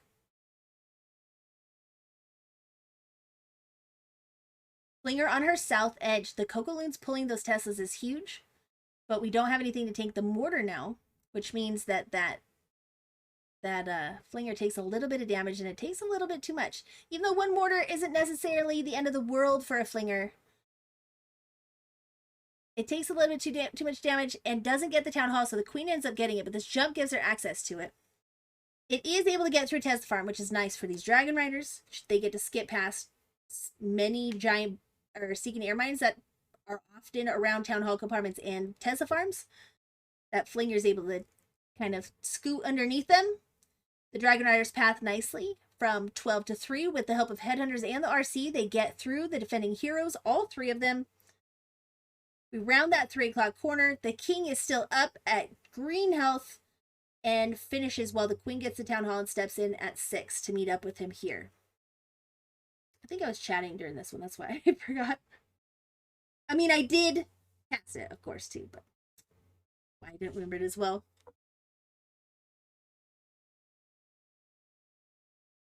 Dark Zero now coming in. This was their opening attack. Again, like I said, I think it speaks to them honoring their opponent and knowing how good they are, that they would want to come right out of the gate, right out of the first attack of the war with a minute 40 attack in case it's a perfect war, so they could have a time advantage. But both teams did it, and they end up very, very, very close on time, actually.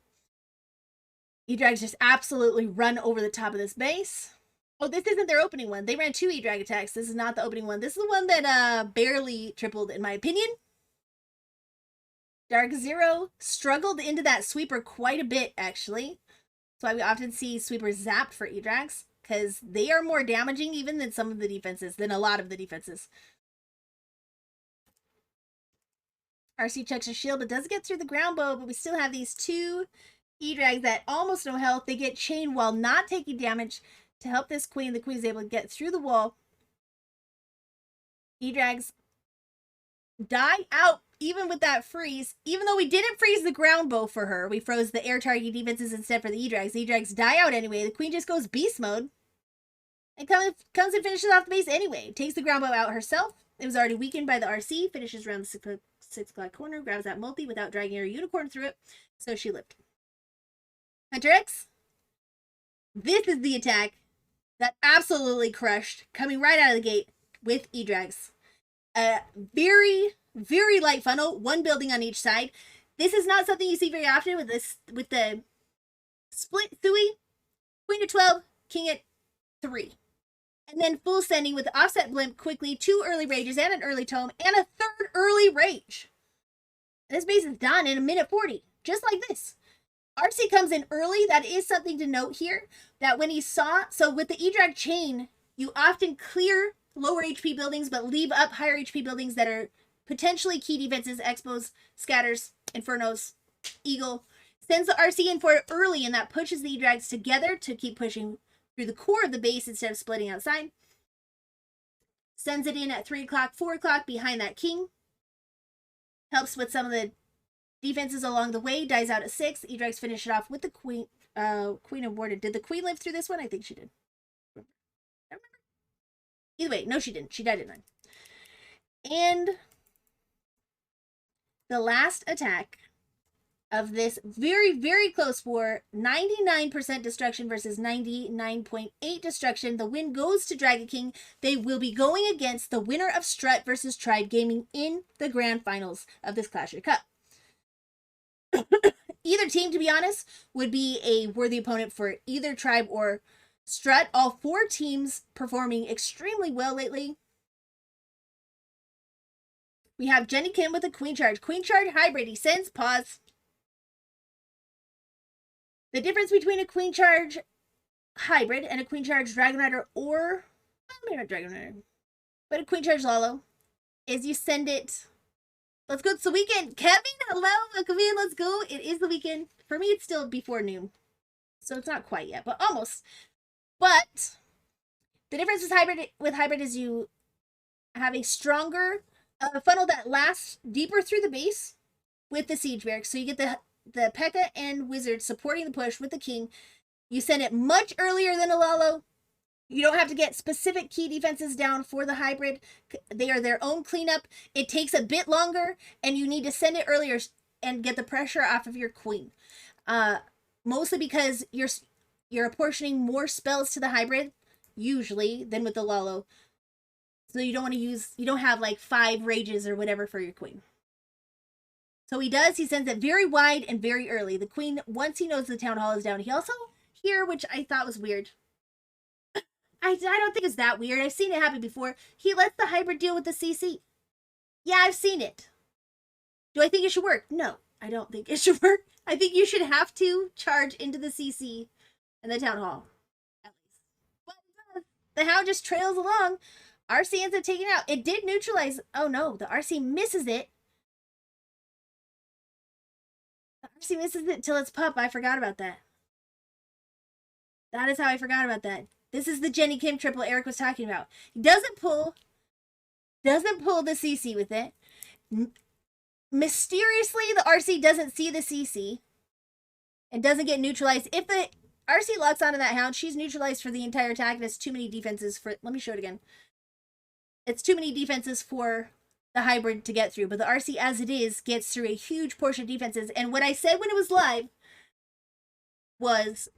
This was actually really, really great ID in the moment decision making by Jenny Kim, reflexes, whatever you want to call it. Because what he does here is he sees that he doesn't have the spell support to get the queen through the 6 o'clock.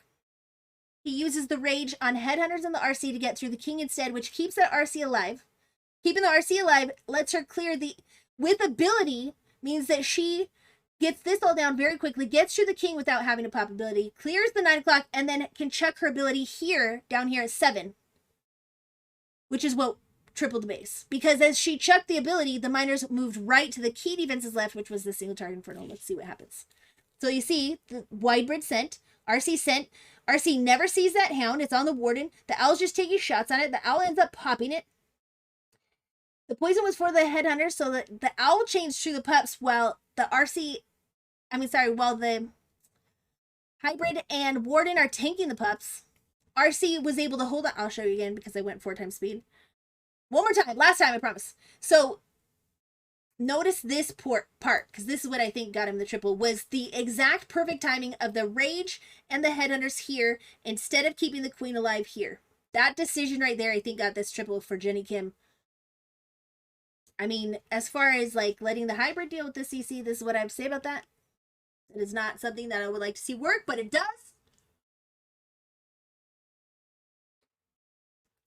Siege barracks down, king is down, and to be honest, he was funneled into the eagle compartment. So they wanted to send this hybrid only through from scatter to multi-target inferno and then have the RC sent right in there. He thought the king was going to come take out this defending king. He does not. So he makes the adjustment of getting that headhunter down and then raging up the hogs deployed from the siege barracks and the headhunter, and the RC into the king while the headhunter is on it. Perfectly timed there was the difference, because now the RC has her ability. She picks up pups, she picks up defenses, she picks up pups, she picks up defenses, and now she can check her shield here. And we have that delayed minor push that came in from the trash because the king did not do his job. He was supposed to come into that 12 and out of that 12 to take on the king. He doesn't. He's in the base instead, but it has made him get tanked for by the hybrid, and he and the RC finish off this base. That's insane to me. I don't get it. I mean, I do. I just explained to you how it happened, but I'm not sure that that's exactly plannable. It's not really easy to anticipate, but what happened there were those reflexes, were just like the muscle memory of having done that attack 10,000 times, so he knew what to do in the moment to adjust for the fact that his king staked him, and that his queen was not going to live. Let me tell them thank you for the war, and then we will head over to SSG for French Clash Cup round of 16 versus 2Late4Shiver. Thank you for putting up with me while I rambled through all of that recap. Yeah, I'm telling them thank you.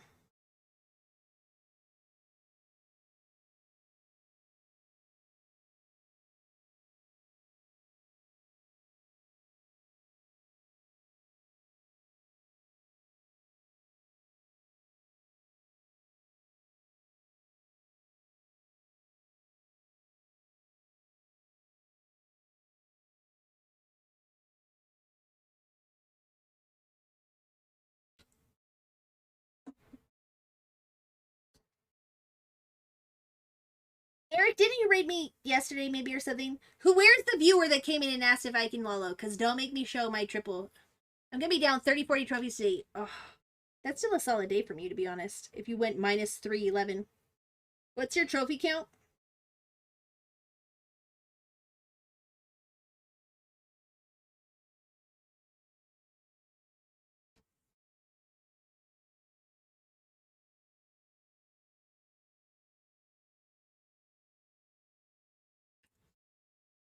My base getting crushed the past 2 days, too?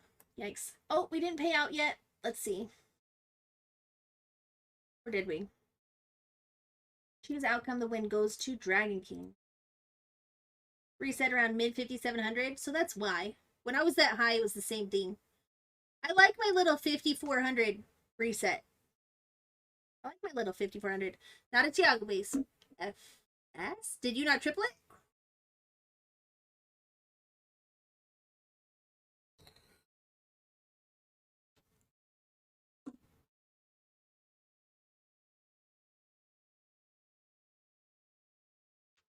Okay. Who the heck is Orange Cat? What is this last war on the map? I don't think I could show it, so I'm not, but... Orange Cat? What? They went perfect against SSG?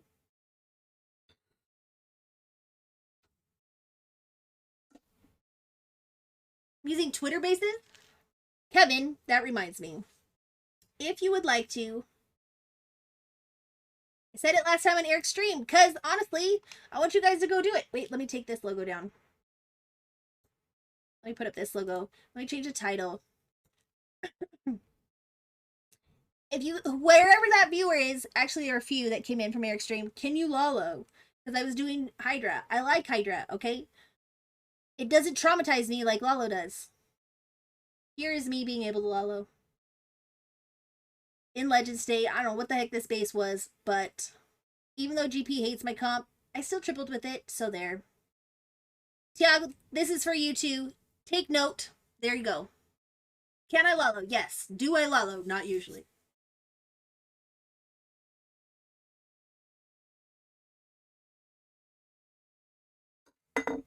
Oh no. I hope we can at least see this triple so you quit giving me so much crap about being a dragon spammer. Okay. Let me actually go look also for the 2Late4Shiver. Oh, I'm changing the title actually. Hold on. I forgot to do that. We have FCC round of 16 of playoffs. We have Spacestation Gaming versus a really strong French team, 2Late4Shiver. Round of 16. Let me write this out. SSG. Sorry, Spacestation versus 2Late4Shiver. I also need to do some honor to the French Clash Cup admins who gave me an amazing graphic and tweet that out, so I'll do that right now too. She got this only triple by Lolo. Listen, no, I don't show it all the time. I just got it last night, and I've only done like 5 attacks of Blizzard Lolo. I want to say like 3 were time fails, 1 was a fail, and 1 was a triple. So second, I haven't done this in forever, and I still triple with it. So there. This is the second time I showed on the stream because Tiago's here, and I need him shut up about it. You guys can both sit in the same corner, picking your nose, shutting up together about my Lolo, okay?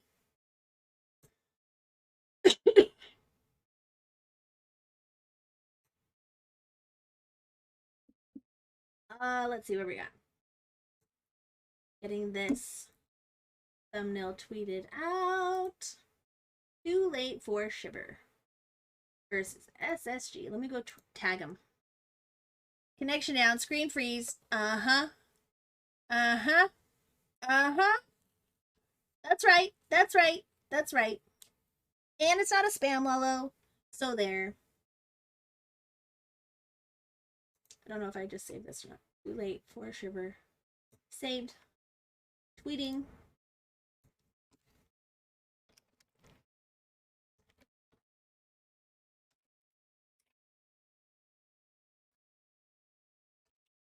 Oops.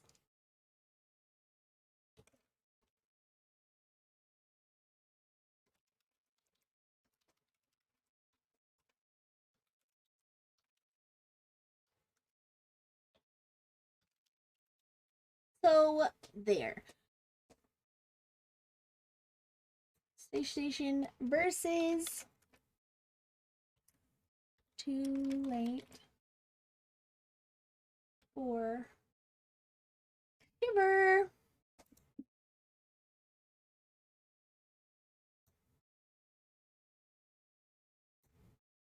Late. Okay, got that tweet out. Go give it a retweet. Here's the Twitter. Let people know what we're doing here. Here's the Twitter. You can go give that a follow and retweet that. That would be amazing. Thank you to OGDs who retweeted the last tweet. I appreciate you. You're a real one. You're a homie.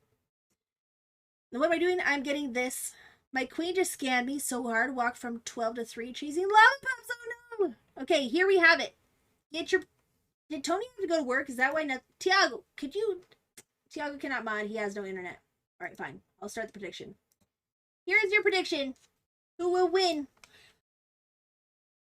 Like she's alive. Mine just dies through ability multiple times. She does die a lot quicker. Who will win? We've got SSG, Spacestation Gaming versus 2Late4Shiver. Get that prediction in. Here's your lineup. We've got Leo, Celino, Marino, P. Castro, and Velame coming in instead of Bernal. That's interesting. I hope Bernal is out doing something fun. Because I'm going to miss El Bigote.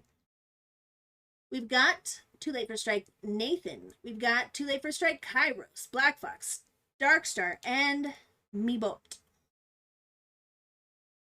Let me see if I can shout out any French-speaking streamers. I saw one earlier. I want to say it was Optimus Prime COC or something like that. No, we've got a couple French streamers on, but they're not streaming this.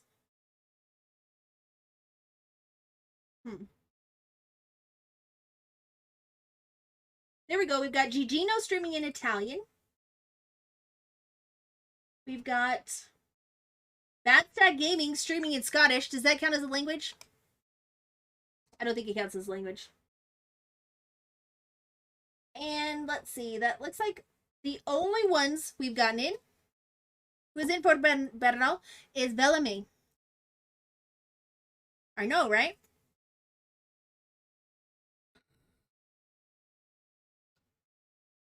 All right, did I do everything I was supposed to do? I tweeted, I changed the title, I put up a prediction. Oh, the logos, that's right. That's what I was gonna do. I will be back with you shortly with the logos, and then we can get started on this war.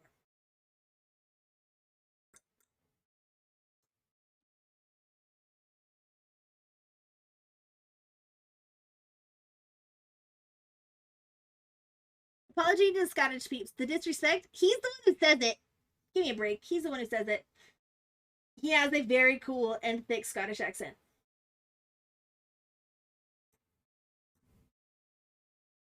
FCC land logos. I think I have both of these, but I'll open that up just in case I don't.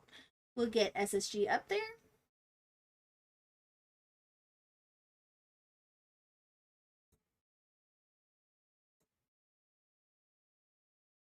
You're the 8th SSG player?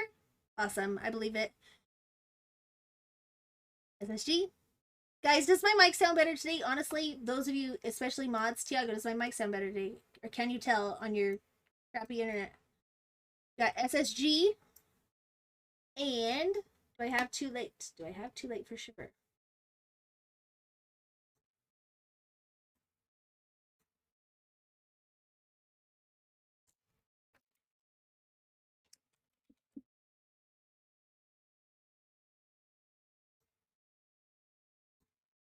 I do. Get them up. I'm ready for Brazilians. They full time go hard. Deal. We've got that. Let me pull it up. Logo.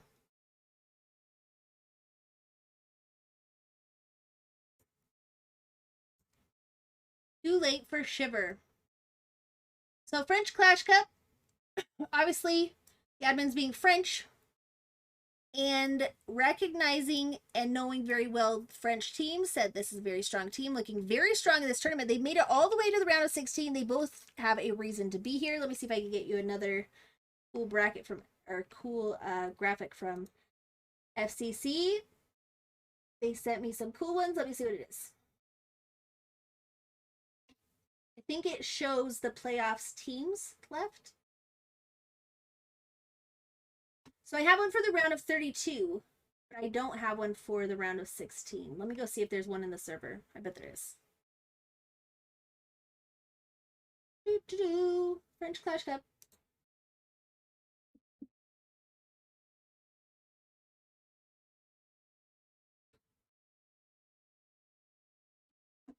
Well, it was really, really bad, and I didn't realize that I changed something in my settings so bad that I, like, you couldn't even hear me. I don't even know how you guys were here and putting up with me if you can't even hear what I say.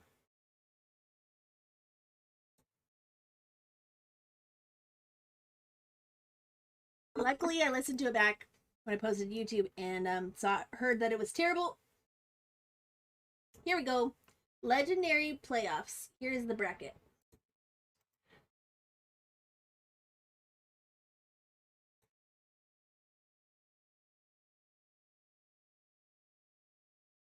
This is what I was looking for while we're waiting on prep. We have a few minutes. Let's take a look at who's made it into the round of 16. Let's take a look at who's made it into the round of 16. FCC admins OP, all love for them. They're so amazing. They do such an amazing job. I love them to death. And not just Big Marcus, who manages the media, which sometimes I gas them up because if they're good and nice, that I really appreciate it as a streamer, but not just Big Marcus. All of the admins there are so good and amazing. Huge shout out to them. Thank you so much for putting on such a well-run tournament so that we all get to enjoy it, both as players and reps and sponsors. Bird-Base is sponsored FCC also. And as streamers, you guys are doing an amazing job. You're so easy to support. Okay, let me get this up. Where is that graphic? Here it is. These are the teams that have made it onto the round of 16. See, Timefield Gang, I'm not familiar with their lineup. Chile 1, you have Lalo here from Chile 1. I've already opted in to stream that war. I think it's happening in 2 days. Inframundo, we have Not So Pro Gamers. Here we have this match, Spacestation Gaming, Burn-Base Balling Mar Rich. Do I look rich to you? Do I look rich? Do I look rich to you?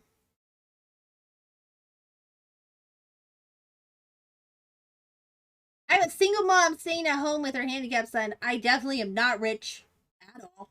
I am definitely not rich at all. And I actually cannot even pay my bills without the support from both Burn-Base and this stream. So, no, I am not rich. Now, you want to play mixed comp for Clash Masters League? What town hall level? Sure. You'll have to remind me, though.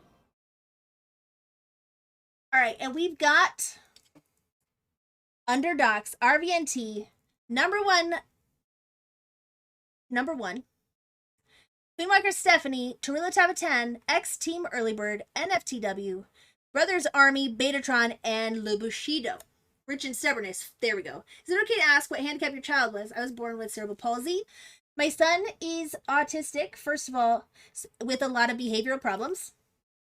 And then he also has a lot of physical disabilities because he was born with a virus that gave him chronic lung disease, severe scoliosis, so he has regular surgeries.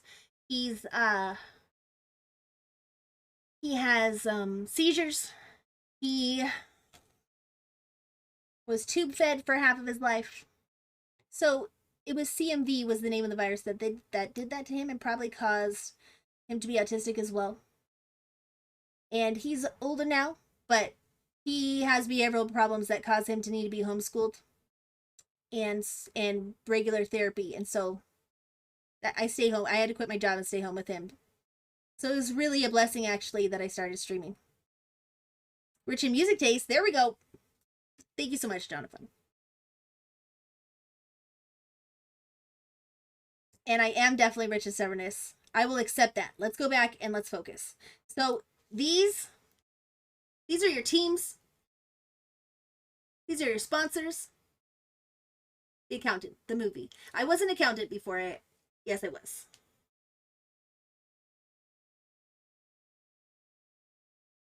It's good. It's really good.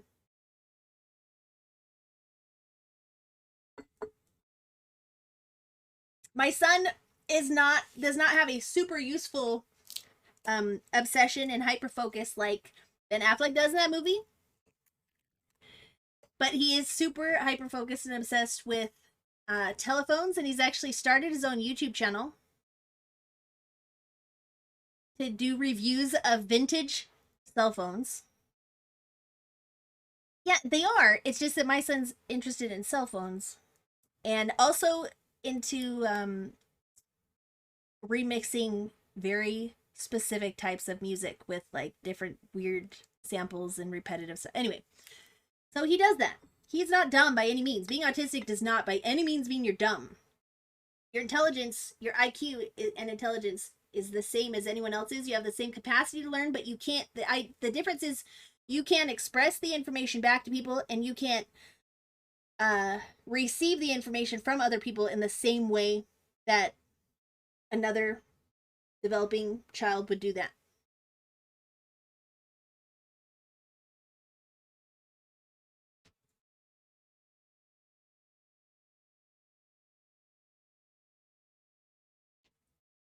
Hash Masters? Wait, what did you say?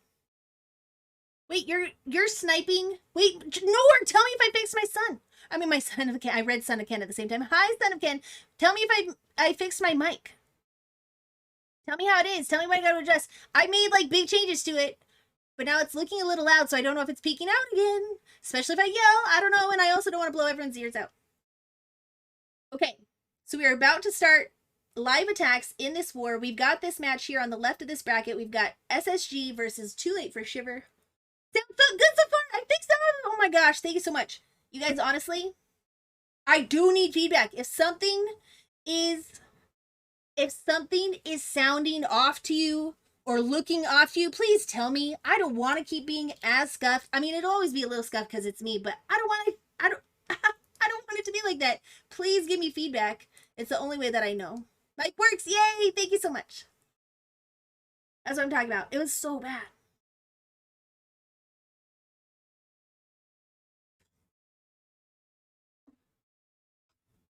Honestly, I indicate what everyone been on about. The mics have been finding me. Oh my gosh, it was not. For the last week or so, you probably haven't been listening in very much the last week or so then, GP. Like week and a half, maybe 2 weeks. I don't know. But for the last short time, I had turned the compression up and done some other things to try to fix the peaking, and it completely screwed with being able to hear my mic at all, or hear what I was saying at all. The mic has always worked, yeah. Well, but, I mean, yeah, there's always volume. It just sounded really, really, really bad. And I heard it back on the first YouTube that I posted to this YouTube channel, which, by the way, like I said, I'll repeat again, I'm not going to be motivated to post real or good videos unless I get a little bit of support. So go give that a like and follow. But hopefully we fix it. Yay! See, Kevin agrees. Wait, same, I can never tell the difference. It was so bad. Okay, anyway. It wasn't like a fine-tuning quality thing by connoisseurs. It was like you really couldn't tell what I was saying half the time. Okay, Black Fox coming in from 2Late4Shiver against Leo from Spacestation Gaming.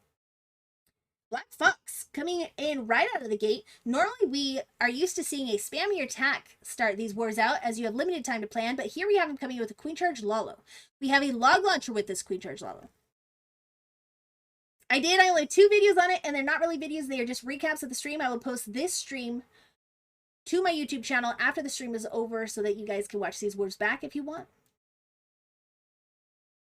We now have, we haven't dropped our healers yet, so far it's not a charge. Okay, so we've got our queen splitting off to the right. We have a Nalo coming in from Black Fox. This is we have a log launcher Sui with the king and the RC and a little bit of support.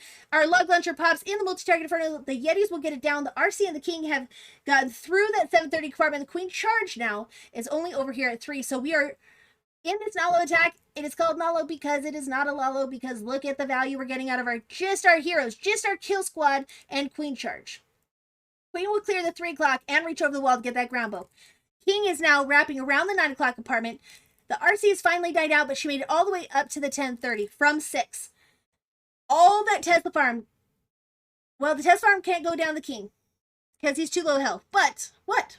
Don't post 4-hour videos. Not worthy. Don't tell me what to do. This is the whole reason that I said that. The whole point. I don't know why you had to Mara in the middle of a war attack that I'm literally broadcasting when you know I'm going to answer you. This is the answer. I know that it's not a good video. I know that I shouldn't put 4-hour streams on YouTube, but this is the thing. I didn't put anything up for like a year because I don't know how to edit videos yet. And there was just a huge mental block on like the threshold of learning how to do that. So now that I know how to at least post things, I'm posting the VODs up there.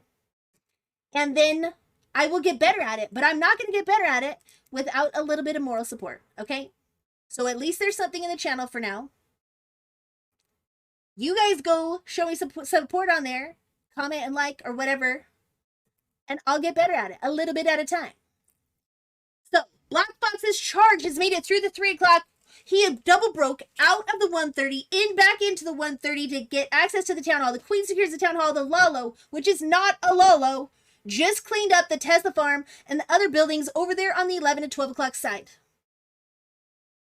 That's not Lalo. That is crushed with a Nalo coming in to start this war off from Black Fox from 2Late4Shiver versus Leo. This attack, if you like to queen charge Lalo, try this attack on the diamond base meta that we all are attacking in Legends and in Wars lately. It is so strong. You get the queen walking up one edge.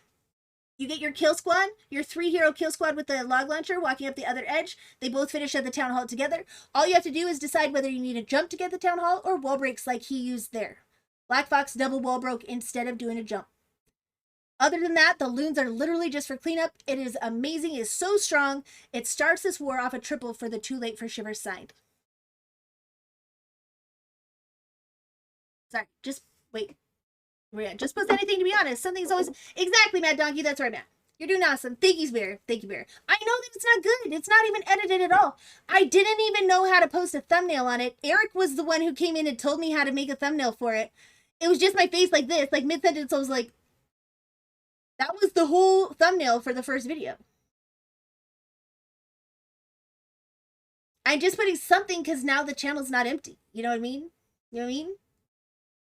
Turn down the compression more. Okay. Okay, I got it. It's already pretty low, but I can turn it off. No compression. Okay. Let's show. Thank you for the follow. CCV, it looks like I missed that. Thank you for the follow. Hello, welcome in. What's meta right now?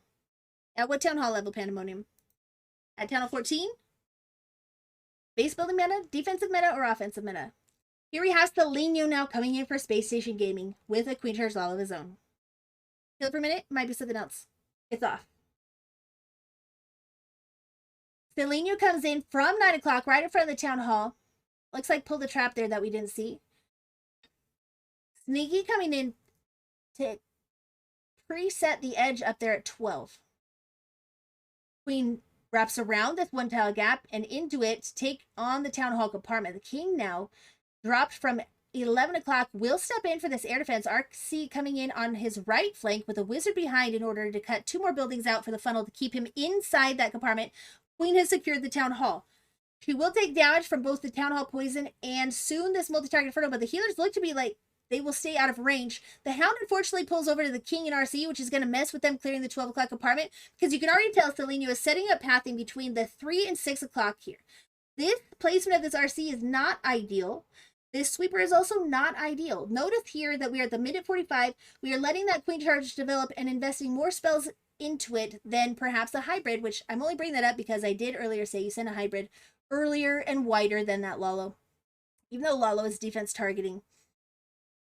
Lalo's defense targeting, so it is fast with cleanup behind, which is faster like a queen charge hog attack. And hybrid is its own cleanup. We lose our queen. Seleno loses his queen. We come in with an offset slammer, and that is to narrow the lane of entry even more through that eagle. And instead of coming through the eagle from 3 to 6, we come right into the flat side. Right into the flat side of 430, right in. Double raged in once his queen died. Double raged in the queen side because he's got to get through the eagle and scatter, and he doesn't have the queen for support. He's leaving this multi up. He got the wall break off into it, but the queen didn't want a piece of it. She steps over the single target inferno and dies under building instead. After sending the bulk of his loons flat, hamburger style, into the 4:30. He has another loon drop, and that is to come target these Infernos from the 3 o'clock edge. There's no way. He still recovers this. That RC is down. We only have a single Arch Tower and Tessa. He has a Giant with an Archer for cleanup. He's got cleanup deployed all the way around. That King will distract those minions for a long time, but if anything can get the King pad. Holy moly, how did he do that? That is not your standard Lalo. That is like, again, this stream even, I told you guys to shut up because I can Lalo. But when you guys ask me if I can, my answer is, can I if I have to? Yes, I can Lalo if I have to. But can I finesse a Lalo or recover like that? Never. Not in a million years. I don't know how he decided to drop his Lalo like that once his queen died. I think he wanted the queen to get the multi and some more value, especially the sweepers. Once the sweepers were up, he did not come at an angle. I think if he came at 3, he would have had it so that that sweeper blew it all the way around that scatter shot. So instead, he takes the sweeper face on and goes right into the scatter shot and then delays drop for those Infernos. It's insane. He even dropped the low. Yeah, that's what I was saying earlier. Also, Chin, who's also always been a top player in the world, also spam dropped that Lalo like crazy today. That is my point. Just because some 14-year-olds all got together and decided that people who Lalo are the coolest and told everyone else that they're not cool and that they're spammers if they don't Lalo doesn't make it true. Lalo can be at least as spammy as any other troop drop. It depends on how you deploy it. Meebot coming in for 2Late4Shiver. We step into the 3 o'clock apartment. We rage her up. We find a Skelly. We get through the cannon first. Agreed. Agreed. And Selena always has been, too. That is some serious experience paying off right there on how to manage the fact that that queen didn't get the value. That recovery was insane. So we know that we have to take on this king, and she hasn't gotten the air defense yet. So we get not only a freeze on it, but we also get loons out in front to make sure that the healers don't take damage anymore. We get the dragons now into this 5 o'clock. We have a queen charge Hydra here.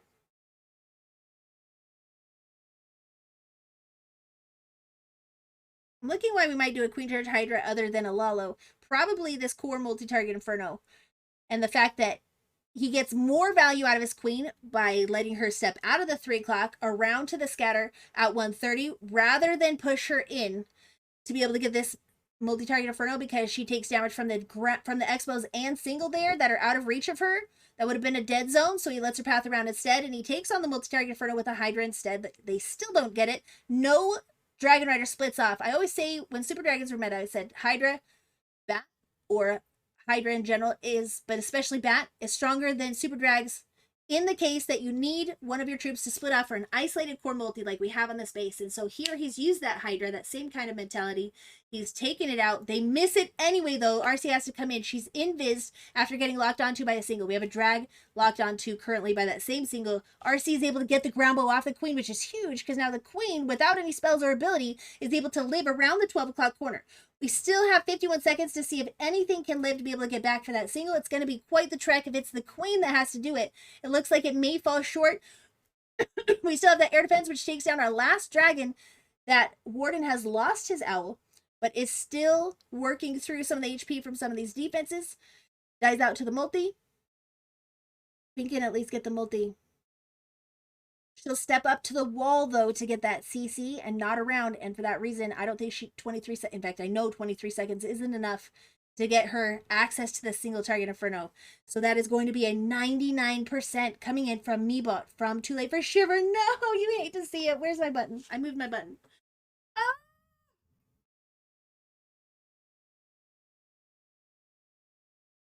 Not the 99, not the 99. No, it was never spam, ever. A 14-year-old told me.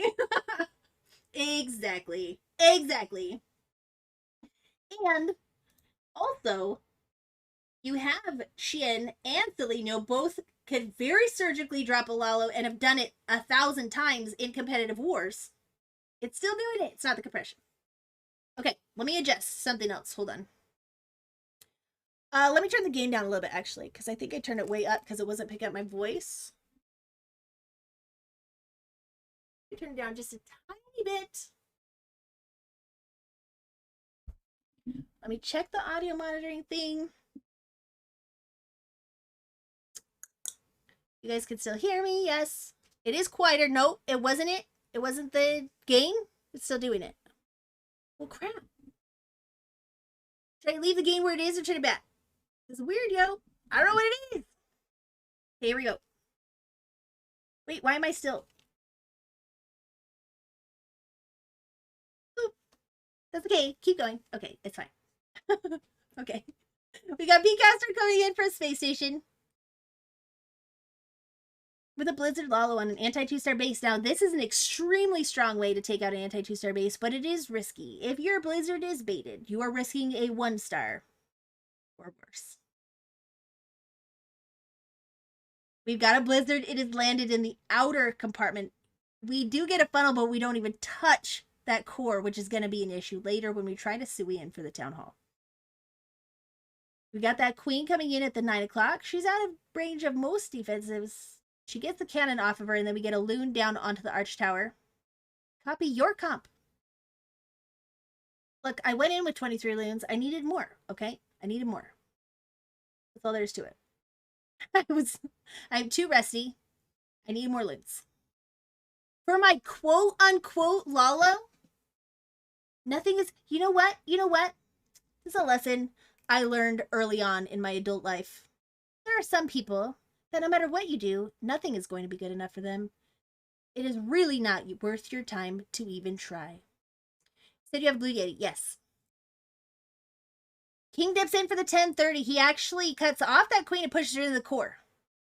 On a Sui, not a charge. So she's taking so little damage that she is at yellow health still, getting invis and healed by the unicorn, back up to green health, cut off by the King Sui portion. RC comes in at 12. King comes in at 10:30. They clear the entire 9 to 12 o'clock side. Queen is able to get the town hall down. And then the Lalo comes in from 1, wraps around the 3 o'clock corner, and ends down here at 6. We've got 2 haste to get through the multi. We haven't made it in the Eagle yet. We had to come in from that top side because of, I don't know why actually. Is it air target defense or sweeper direction probably? And end on the Eagle. We've hasted loons into the Eagle. We've frozen up that multi-target Inferno and Warden that would have taken those loons out. So those 2 loons hasted in do get that Eagle down. And now we have just some cleanup to do. P. Castro coming in with a textbook Blizzard Lalo against this ring base being run by Kairos from 2Late4Shiver.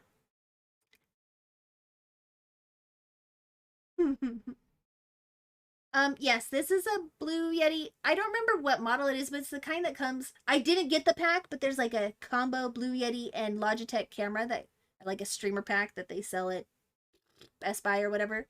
It's basically the same model. Sorry, guys. I have been sick, but the war's too good. I can't miss it. It's a Stars Blizzard? What's a Stars Blizzard? I'm not using their software, no. No. So they only have a mute button, a volume button, a gain button, and a directional setting on the mic.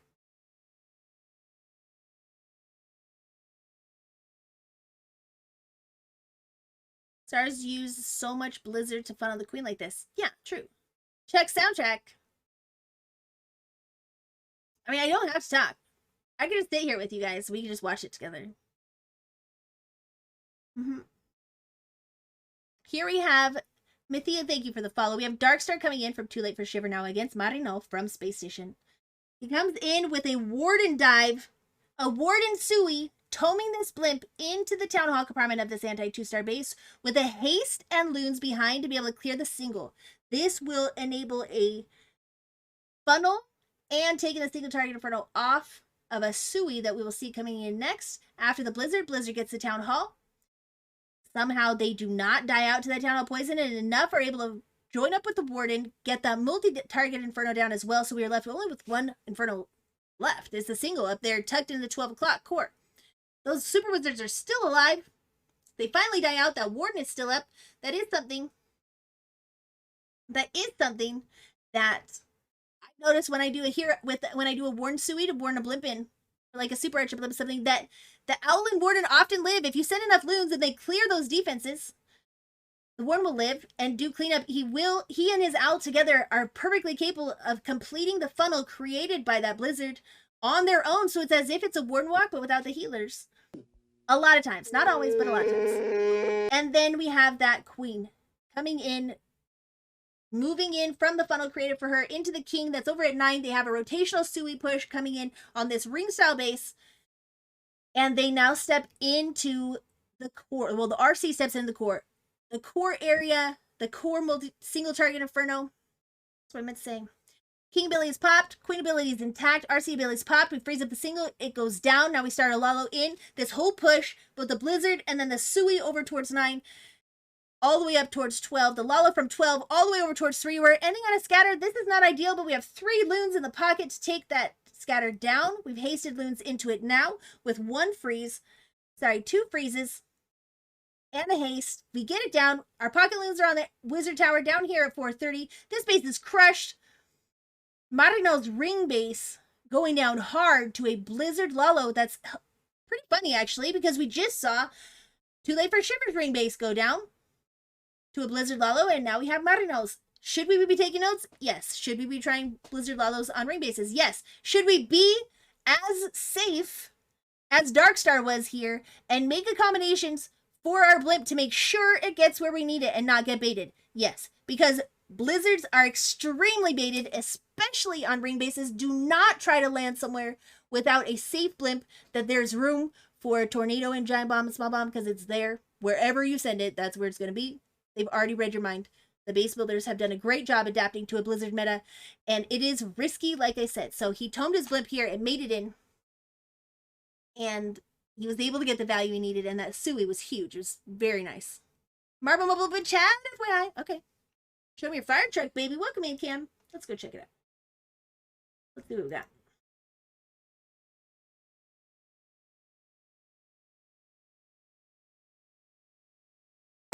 Whoops. Woo! Knocking things over. Brian Clashes, raiding with a party of 4. Thank you so much for the raid, Brian Clashes, and welcome in Brian Clashes viewers.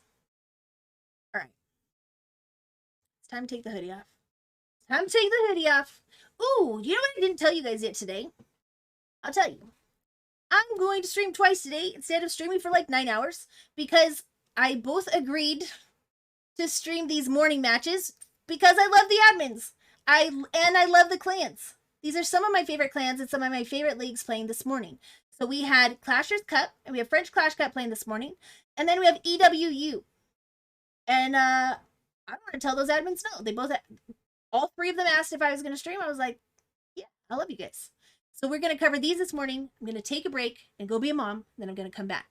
And we're going to stream EWU tonight. It is going to be the American Bracket Finals tonight. There will be 2 matches. I think it'll be semifinals and finals. What time is it here? It is currently 12:30 p.m. Love that emote. I love that emote. Brian Clashes, thank you so much. How's it going? It is going great. Thank you. How's your stream? Yeah, because you're hitting it just talking right there. I figured out. Wait, hitting what? The max point. Let me see if I can turn my volume down. Guys, I'm going to turn my volume down. So maybe just... There you go. It's a good the capital raids. That's amazing. That's awesome. It is capital raid weekend, and it is so fun. I'm so looking forward to it. I was so excited they were going to do it back-to-back because it was so fun. I don't know why everyone got to hate on it. Like, is it esports? I don't care, because guess what? This isn't a Lalo contest. This is a game, and that game was fun. Playing Clan Capital is fun. Like a Town Hall 6 Super Troops. We just unlocked the Rocket League. We have the Fortress in the best CLC. In my home clan, Puppet Sons, we've got just unlocked Rocket Loons and Minions in the Skelly Barrels. Like, it's super fun. Alright, we've got Leo coming in now with a Queen charge into the 730. We rage it up. We step into the L-shaped layer on this diamond-shaped ring base. It's still a ring. This is a weird one. Who's running this base? Pretty sure I crippled this last night. As long as she gets loud, it clamps down on her really bad, but I don't feel like she's so loud that it needs to be. Ah, I see. So the queen, I could probably make an adjustment for that. Possibly. We'll see. We'll see if I can. That's what, and that is why I ended up turning the compression up, and that ruined everything, Northo. All right, Leo comes in. Queen charges through the L. King setting the edge by coming in from the one tile gap of the 9. With no trash ring there, you knew he was going to pass straight in, so we waited for the queen to eliminate buildings that would have caused him to pass south and snake her push and take her job instead of doing his job, which is up on the way to 1030. He comes in this outer layer, clearing that whole outer layer on the way up towards that 11 o'clock. He'll finish it off. He'll beat through a wall. He'll continue to get pathing there. Now, we've sent our loons in. It's not really rotational pathing set up here, to be honest, but we've come in with a heavy drop into the 430. We blimped out the town hall. We were easily able to make it through the very light 3 o'clock, since it's the tip of the diamond of a ring base, so there was like no value out there really except for bait, and we tomed through it because we tomed our blimp through it, and now we just finished up on that Tesla farm that was over on the 2 o'clock side and have light work to clean up the 12 o'clock. It was sort of counterclockwise, but it's also just kind of sort of shoved right in there, half of the base going down to the low, the other half to the charge, and that Sui RC finishes off that last sweeper. All the loons died out except for our one low pocket loon, but there's no base left, and this base goes down to Leo with a queen charge Lalo against Dark Star from 2Late4Shiver. GP, it's so fun. So fun. 1-star advantage to Space Station. 3 triples so far, only 1 attack falling short with the 99. Yeah, that was a weird Lala deployment, right? I'm gonna miss the attack if I do this, but I'm gonna look at it anyway. The pathing was off, but look at this. This is what I mean about imbalanced bases and why I hate them. That's why I want ring bases out of the meta. It's not a well-built base.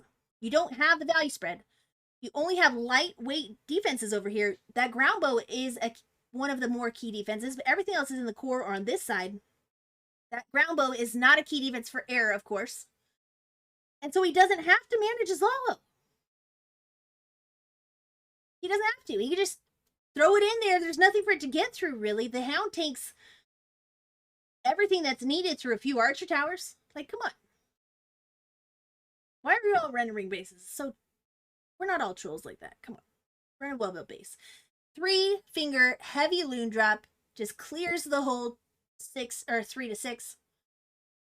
We almost fall short because there's a Tesla farm there. It is fine, but there are inconsistencies. Some people, like Supercell, for instance, would notice care, which may impact decisions about that content. Right. I do want it to sound good. Yeah. 2Late4Shiver, Nathan coming in from 2Late4Shiver against Bellamy now, who's in for Bernal for Space Station Gaming. I think I've covered SSG a lot, like from group stages on in French Clash Cup. This is definitely the first time that I've covered Velame playing for Space Station. It's not broken like it was before. That is a W at least.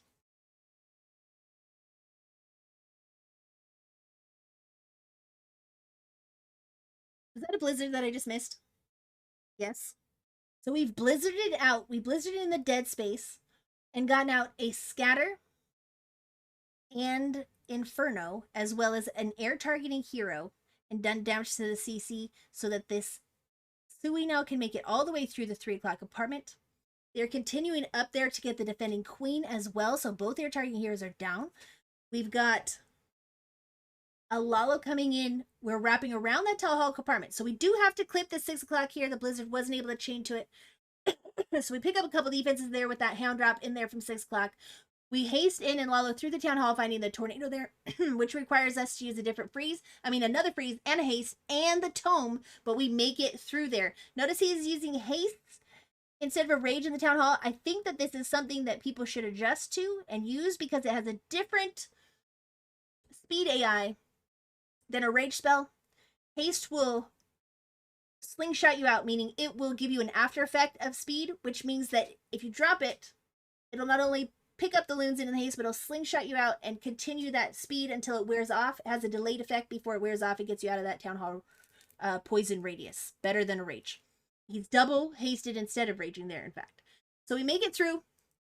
And now our Sui that has lived from 3 o'clock all the way through, and it's because that Blizzard Valley was amazing. Lived all the way through. The air target hero that was up there. The RC has died out inside the compartment. The king and queen come finish it off with the remaining loon and the warden, and we finish at 12 together and high five each other. That is another triple coming in from Nathan from 2Late4Shiver against Velame from Spacestation Gaming.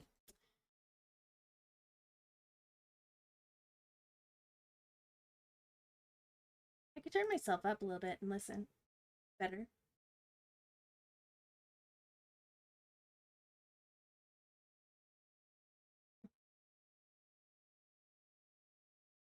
OP NATO. That was a good NATO, Nathan. Nathan, welcome in. That was a beautiful attack. Nicely done. That OP NATO, I mean, it did make you use an extra haste at least, right? Extra freeze? No? Maybe. You probably would have frozen and hasted anyway. That was a great hit. Nicely done. This 99 is killing you guys. What is this? 2Late4Shiver.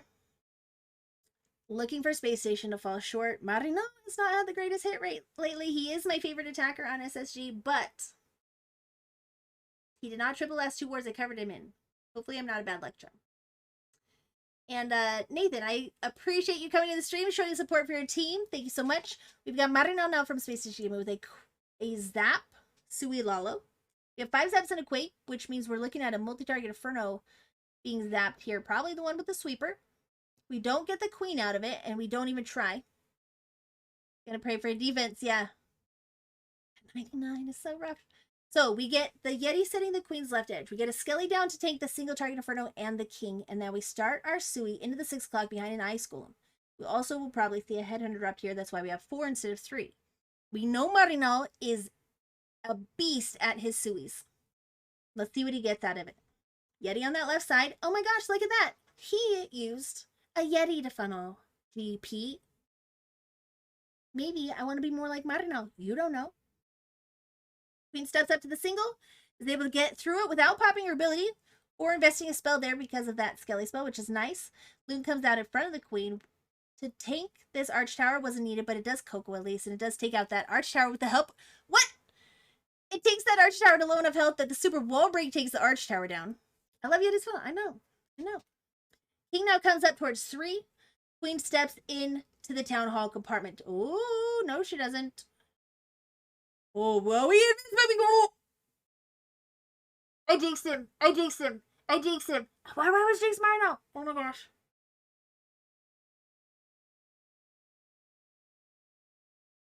I can't watch it. Oh my god. Guys, tell me what happens. I'm not gonna watch. Oh my goodness.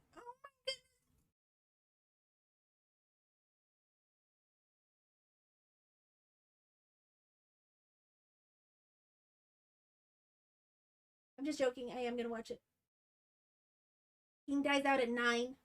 RC gets in here, gets the ground bow off the king. King clears trash. Now the Lolo has to go through the town hall, but it's not active. But there's enough percent because that Sui got that 50%. It just didn't get the town hall as part of it. To be honest, with a zap, you don't have a lot of spells, and he's got to use 2 freezes now in the town hall. He is not a Lalo main, and so managing a Lalo through the town hall is definitely not a specialty, and he really struggles with it here. He gets 1 Tomed Loon onto there. We have an air target hero lurking there that was supposed to go down to the queen. Here you see that haste after effect. Like I said, it gets them all out of that radius of that town hall, so he managed it very well. I'm sorry, please forgive me, Marino, for throwing a little bit of shade there, but it's true, you don't mean Lalo necessarily. And Dragon Rider that was deployed out of the slammer takes out the scatter. We're left with the 9 o'clock apartment.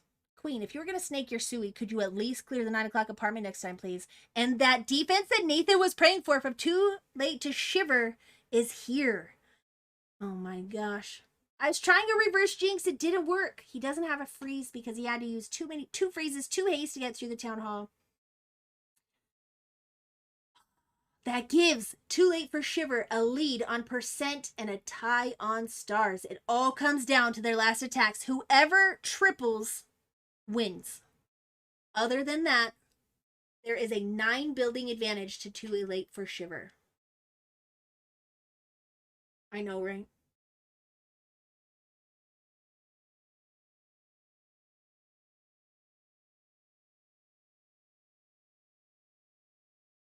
Okay, let's not jinx Kairos now. Coming in. No pressure, no pressure, just have to triple.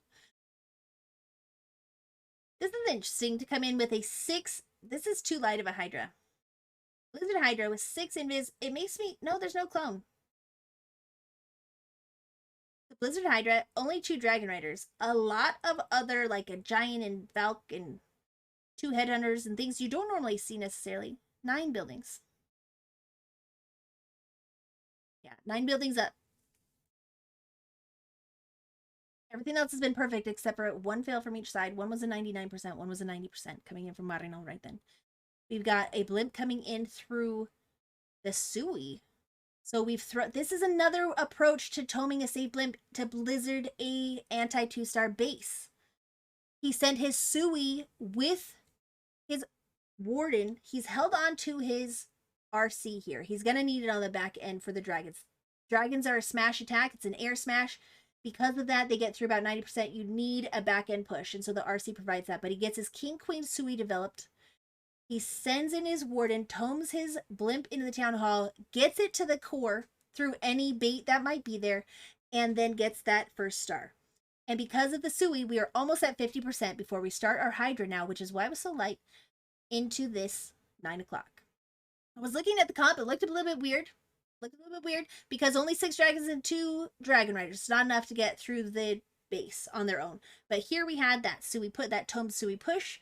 Now we don't have the Warden for this Hydra push, and we've left that 12 o'clock up.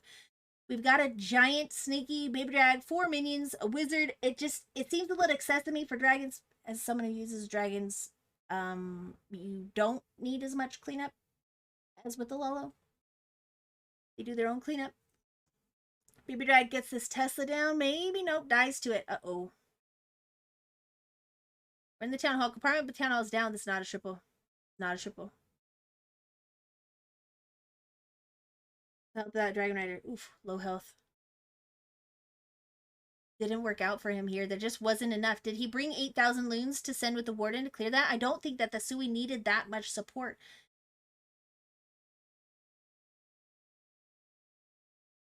I don't know what the plan was for the back-end air defense or air targeting defenses. The RC did not get saved back end. I had just finished saying that you have to save your RC and not add it in, but it was added in very early for the funnel. And with dragons being a smash attack, and dragons require slightly less funnel, you can funnel them into about 20 tiles wide, and they already were about 20 tiles wide here into that 9 o'clock apartment. But they only get through 90% of the defenses. You leave the last 10% of defenses up, which is what the RC is for. I feel like how would have done the trick instead of Warden with Sui. But we all get, like I said, in the current base building meta, the base builders have adapted so well to Blizzards, especially on anti-2-star bases, that they are so baited sometimes and end up with a 1 or 0 star. I'm not even gonna lie to you. So they are doing very, very safe entries for their Blizzards. 96% 2-star to win. Let me look at the percent. We're down by 19%.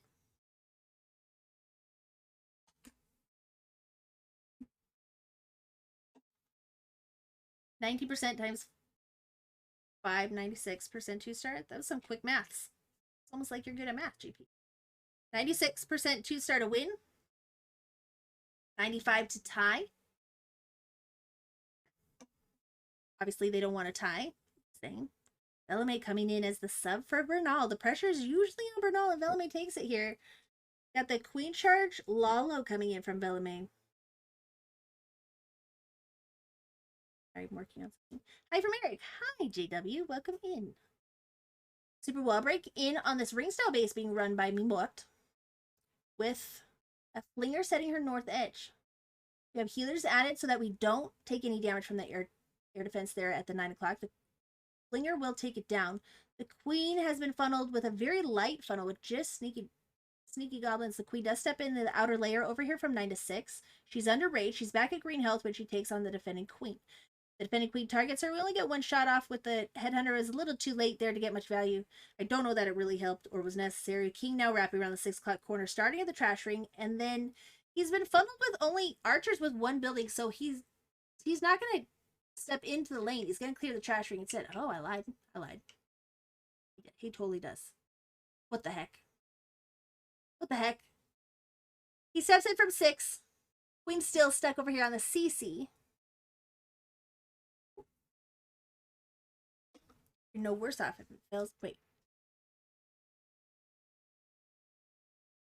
Don't get me wrong. I don't do my Blizzard. I would do a Blizzard Lalo like that. I would do a Super Archer Blimp like that. Because the Super Archers get that extra value there. I've never tomed a Hydra Blimp in with the Warden, that's for sure. How many wall breakers did he have? I did not see. Either way, I think it was 3. But either way, he's gotten in there. The queen is in the town hall. It's an open core compartment here. Lalo coming in from 3 to 12. King, after stepping into that inner layer from 6 to 3 o'clock in that outer ring, but the inside layer of the trash there has been able to clear around that 3 o'clock corner. The loons have now taken defenses out. He is on cleanup behind, and that queen steps through the core up to the 12 o'clock side, takes on the defending king with no problem with her ability popped a little archer posse. We swag to freeze. Velame comes in with the triple for Space Station Gaming. That is a win for Space Station. Nathan and 2Late4Shiver. It was a great war. You guys did a great job. 13-14. Space Station will move on to the round of 8. Let me show you.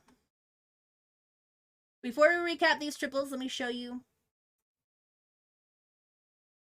where we're at the bracket. And let me see if I can go see the results to see if anyone else has been eliminated so we know who else is in the round of 8.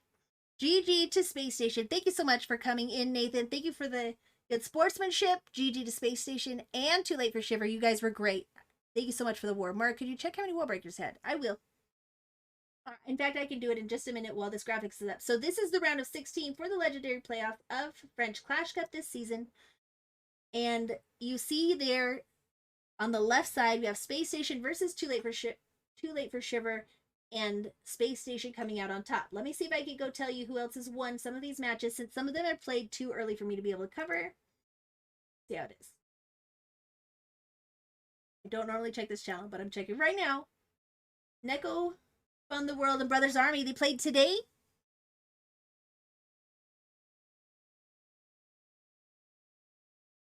Neko Fun the World beats Brothers Army this morning before I could stream. Chapeau.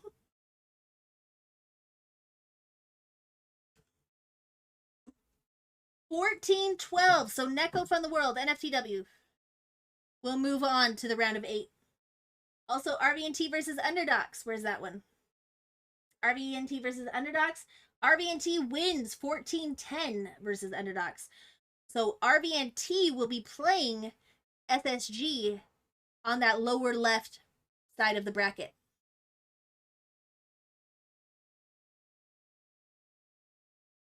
I'll check it. FuCHING winning against Queen Walker Stephanie. FuCHING will be moving on to the next stage of the bracket there. They have Chorla Tabata, the next team have played. They have not. The rest of the matches have not been played. We don't know who wins between Betatron versus Libushido. We don't know who wins between Torilla Tabatan versus X Team. I probably will not cover that X Team war because it's gonna be like 5 a.m. for me. Chile 1 versus Time Fail Gang. I will be covering that. And Not So Pro Gamers versus Inframundo. I will look for that war. I've not seen it posted yet. All right, let me go watch that back while I've got the screen up for you. And we'll see. He only brought 2 wall breaks. Salve Chagas. Well, thank you so much for your support. All right, what's this? Oh, yeah. Okay. Almost Chile 1. I know. Good luck in your war. I will be there. It's at 11:30 a.m. my time. So what? That's 2:30 p.m. your time, I think. And it is in 2 days on the 15th. Is it on a Sunday?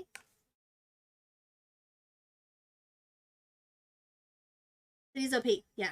Okay. 2 wall breaks. All right, let's go watch these back. So first we're going to watch 2Late4Shiver's attack. Show them some love. Black Fox came in with a Nalo first thing right out of the gate.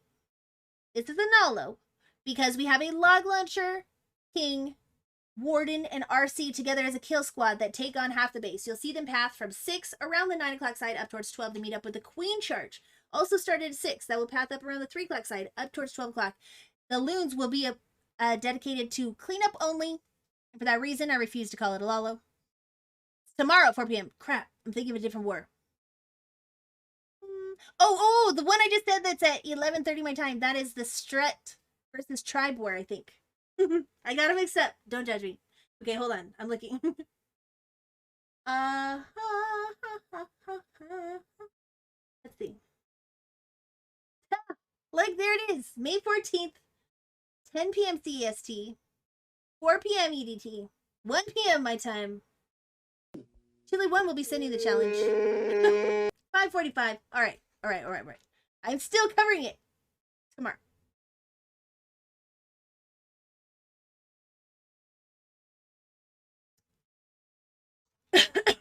Black Fox, notice the pathing here. That log launcher pushing right through him. Queen walking around the 3 o'clock side. The Sui, the king with the support of the warden, makes it all the way around to the test farm up there at 10:30. And look at what's left on this base. So the queen is still up with her ability and lots of spells. We break her out of the 3 o'clock apartment. We get through the CC first. We break her into the town hall compartment. She secures the town hall. I just love this attack. We don't watch our attacks back in 1 time speed here, but I mean, this is good.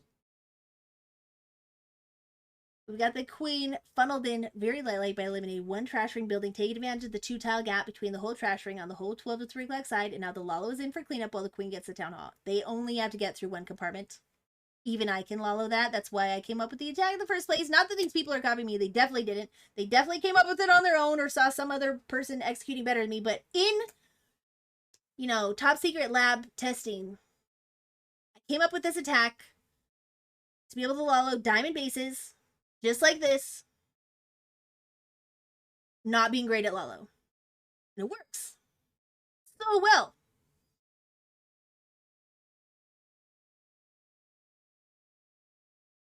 Here we get a Tomed Blizzard in. On this case, pause. On this case, that super safe Blizzard sent into the Town Hall against Marino's base got the value because it cleared not only the single target Inferno and helped get the multi down, it also created pathing by doing its own cleanup with the Warden and the Owl so that we set an edge for the Sui and gets the Town Hall. The other Blizzard just not getting the same kind of value, in my opinion. It didn't secure the funnel so that he sent his RC on. Actually, that's the difference, actually. Is that other Tomed Blizzard did not set its own funnel, and so he added the RC in to continue to funnel it, whereas the RC was needed on the back end. So here we have it with a Lalo, Blizzard Lalo coming in. That Sui makes it all the way up the whole lane from 9 to 12. The Lalo is deployed in front, pushing those, or keeping those heroes in, pushing them in to deal with the key defenses on this base. That last base, though, what about it? By the way, hi OGDs. Thank you for the retweet on my stream this morning. How are you? And now Darkstar rounding that 3 o'clock corner, crushing poor Marino's base. By the way, hi.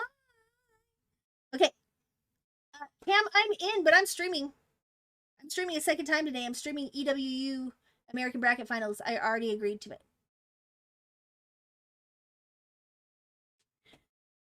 Nathan, also in our chat today, from the 2Late4Shiver side, is coming in against Velame with this hit. We've got a Blizzard Lalo. We've invis that air defense to get it to fly over and through the dead space. Pause. We're going to show that again. Watch his count. We're actually going to half-time speed it. You're welcome. I'm good. I was just watching this on Bad Sex channel. I love Bad Sex. We actually gave him a shout-out for streaming that. Watch this hound. Pause. He wants to Blizzard here. He anticipates there being bait here, right in front of this scatter, and thinking he's not going to make it. So he decides, and there's no tanking for Hound to be able to get that perfect pathing. If he drops it over here to head over here, it'll go here instead, right? So he uses an invis. Watch how to do this.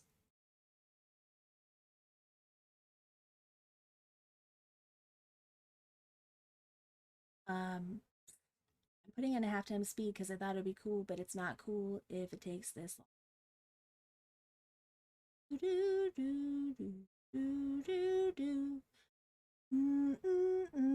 Come on, just play. Drop the thing. I have no patience for this.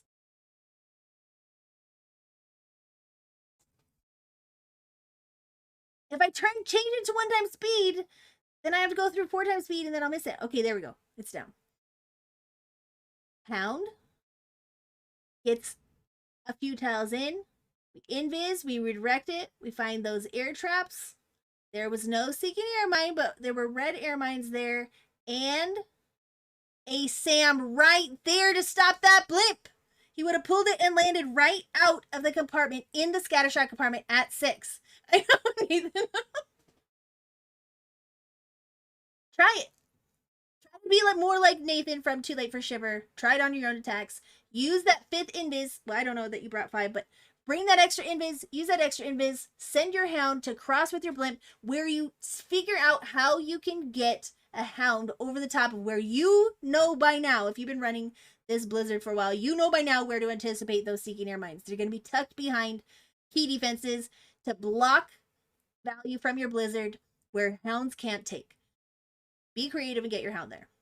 Whether you have to cross, you have to invis to zigzag it, whether you need to, actually my trick that I use is to send a Hound in, like if I wanted to tank in front of this eagle right here, for whatever reason, I like to do a Hound and then rocket loons, take it out so it redirects it to the next one. Here that wasn't really an option at all. It was not even close to an option. But look at the value he's able to get out of this Blizzard now. He's able to clear that 6 o'clock quadrant of key defenses, a few loons to clean up some of those defenses. He actually only gets 1 down. The Wizard Towers goes down, but it sets the edge for the Sui now into the 3 o'clock compartment. And he can set up that nice linear pathing from 12 to 9 o'clock. Baby Drag setting the north edge. This Sui makes it all the way and lives around to 12 o'clock. The RC ends up dying out into that scatter. But the King, Queen, RC all alive, pushing in through the multi with the wall break. Clearing the multi-target inferno, clearing this scatter shot up there at 12. And then 2 haste, a tome and a freeze get through the tornado that was baiting the entry to the town hall for a short blimp. He gets his Lalo right through it. The Lalo survives as it gets slingshotted out of the radius of that town hall poison and has light work for cleanup with the rest of the heroes and the minions up there at 12. Nicely done, Nathan.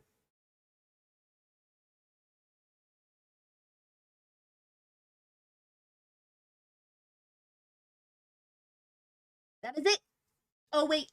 That is it for 2Late4Shiver. I'll try not to talk so much. We can get through it quicker.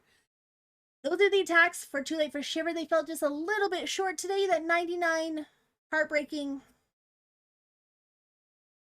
Such a good hit. But here are the attacks that won the war. This is Seleno coming in with a 4 Rage Queen Charge Lala, charging right through the town hall on this anti-3-star base, being run by Nathan from 2Late4Shiver. Raging that Queen up. Kogaloon finds a tornado, which is nice because it doesn't pull those healers potentially into range of that multi-target inferno. She got stuck in it behind the town hall there. The next layer wall break gives access here. Pause. Now I remember this hit. This is the amazing recovery. Look at how he drops this Lalo. That second layer of wall break hits, but it doesn't matter because the funnel's not set for her. She wanders over to a couple skellies. She doesn't walk straight forward into the multi. She comes over here to the 8 o'clock and dies a horrible death. And then watch what he does. King Sui, good. Fine. Pulls the CC up there because the Queen won't do it because she won't step into here. Hound pops to the RC. She's been neutralized. Eagle blasts that RC. Slammer has to come in to pick up what the Sui doesn't get. Queen gets locked onto by the single and dies. We didn't free. He loses his Queen. I thought she died under ability, but I think she got his ability off through the tests, actually. Look at that Lalo drop. What the heck is that? 2 flanking. This is an E-Drag deployment. 2 flanking Rages and a Warden Tome gets through the eagle and the scatter over here. The heck? That's how you drop E-Drags or Super Drags. Or Inferno Skellies, I guess. No, I guess you don't do Inferno Skellies like that because you do Skells. Full Send Hydra, you do like that. He just spammed it straight into those key defenses. He's able to get the RC down with Tomed Headhunters. After that, he leaves up. Well, the Slammer that came in from the top side picked up what the Sui missed. So he didn't have to get through the base. But it deploys a Dragon Rider, which is why he sent it to there. He wanted the Hound to pop to be able to get the Dragon Rider. It didn't even target the multi. It's the Lalo, a delayed Lalo drop from 3 o'clock that ends up coming in for that multi. The Dragon Rider snaked it, went over to a Builder Hunt instead, and he still gets this triple. That is not your standard Lalo deployment. That was an amazing recovery from a seasoned pro, Seleno for Space Station, coming away with that triple. I'm not showing it again. Jeez, I can't believe he did that. All right, P. Castro, again on Kyros's ring base, coming in with a Blizzard Lalo of Zone. He does not, he does not tome his blimp in, but he also doesn't want to make it in the core. He sets the edge for his Sui here, and Sui's all the way in the Town Hall. He has base ID'd, that there is very light work over here, except for this ground bow. So let's see how he manages it. Blizzard sets the edge. He would have liked it to land one layer deeper, but it lands in the outer layer over here at 730. It gets chain off, that gets healed right back up by that builder, and sets a wide funnel, but doesn't get key defenses down there, only really gets the funnel. And a ground bow. The ground bow is important because now look what our Sui could do. We get our king to beat his own way right through the wall. Second layer break gets right in at 1030. I love my breaking out the Pataxi. I'm so glad. Welcome in, Lazy Girl. We get that Lalo drop, We have only a certain number of loons. So we have a heavier drop of loons here because we moved through a couple of defenses and we're trying to push through to the scatter from the side. We have only 3. And I wanted to say that was 3, but I think it's only 3 for each air targeting defense so that they can converge on the more key defenses further in the base. We don't need spells to get 3 loons through an Archer Tower, which is what each of them targeted. And then we use our space to haste through the splash defenses, the key defenses, the Teslas, all that pop up in the core of this base. We haste twice. We've done that to each air targeting defense on the outer layer from 12, around a 3, around a 6. We converge, we use our spells, we tome, we manage through the rest of that inner layer of that core, and we come away with a triple for P. Castro with a textbook Blizzard Lalo, not getting the Town Hall with his Blizzard, only using the pathing created by the Blizzard for the Sui. Nicely done, P. Castro. You're a beast. Leo now coming in on this diamond-shaped base. It's basically a ring base because all the key defenses are stacked in the core. And I remember this attack as well. This Lalo is weird, but it's because, look, there's only, 3 Archer Towers. So the Archer Towers are all here. But then an air defense, and that's it. For the whole 3 o'clock side. So if you watch how he deploys his Lalo, first we'll cover the first part of the attack, which is this charge. The charge is well executed. We charge her in from the 730. We get a double layer wall break into the inner layer, the wider layer. We take advantage of the 2-tile gap on those gold mines to know that she's going to target the closer buildings there and get pulled into the inner layer by the queen and the CC. She gets through that CC. She will step up and get those reachable multi-target Infernos and sweeper.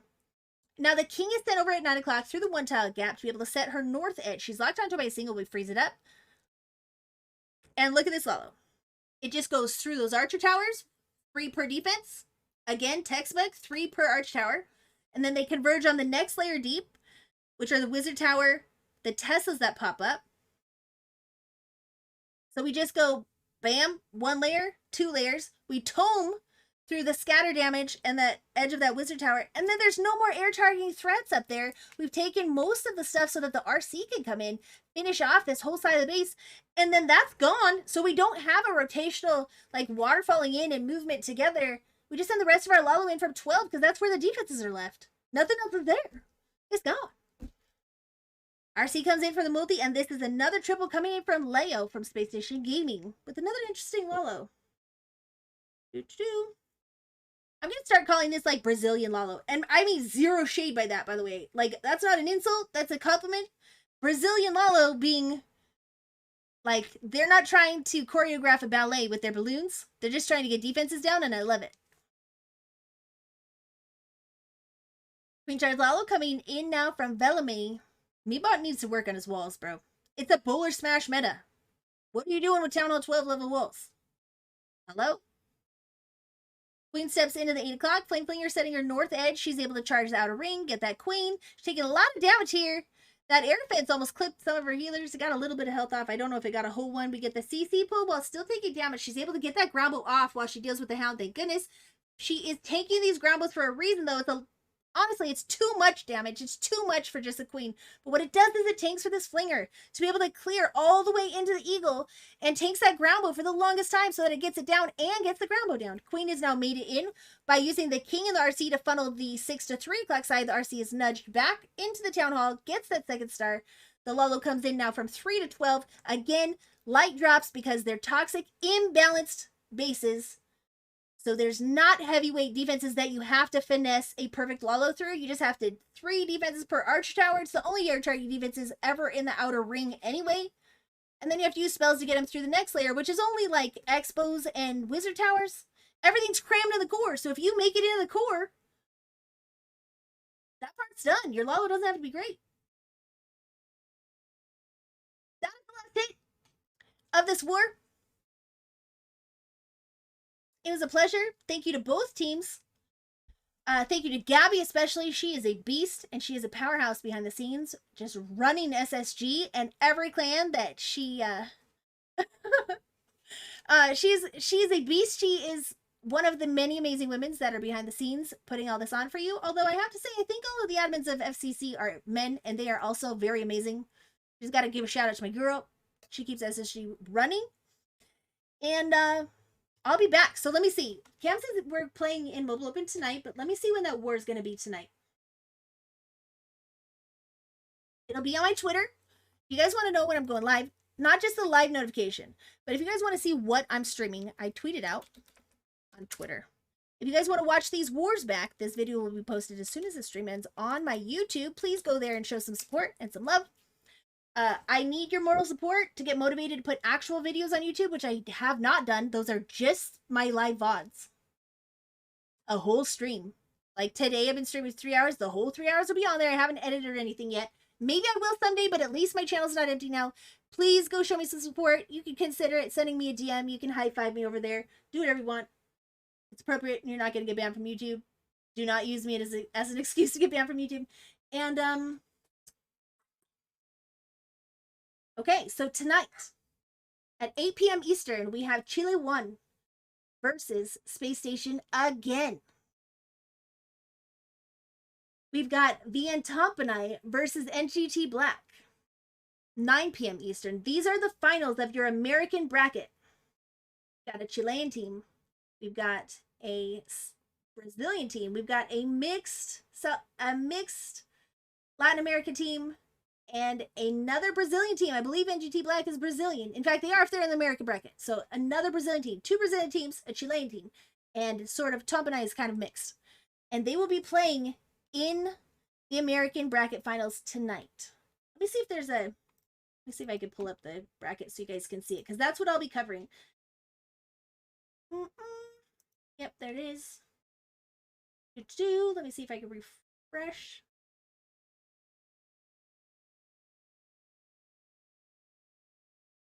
Because I might be talking about my butt. Oh, so the finals are actually not. They're not bracket finals. I lied. Okay, let me show you the bracket. We'll look at it together, and I will get smarter. That's what I'm streaming tonight. Yeah, NGT Black versus VN Tompanai. That's at 9 p.m. Chile 1 versus Space Station. That only gets them here. And then tomorrow, then, at 8 p.m., the winner of VN Tompanai versus NGT Black and Chile 1 versus Space Station. The winners will play tomorrow. And these wars have already been streamed last night. Chazmac taking the win and QSFN taking the win. So QSFN versus Chazmac will play tomorrow. Hello, Halo. Yep. So tomorrow's semifinals, yeah. Okay, tonight is quarters. So semifinals will be between the winners of these wars tonight. These wars were already played, so these will be the semifinals, QSFN versus Chazmac. And they will have a third place match and a first and second place match Sunday, I believe. Okay, that's what I'll be streaming tonight. Hi, FCC logos. Let's pull those down now. Okay, so what time did I say? 8 p.m. See me back here at 8 p.m. I'll be uploading this war if you guys want to see what you missed. If you guys want to go listen to me yap about how to Lolo.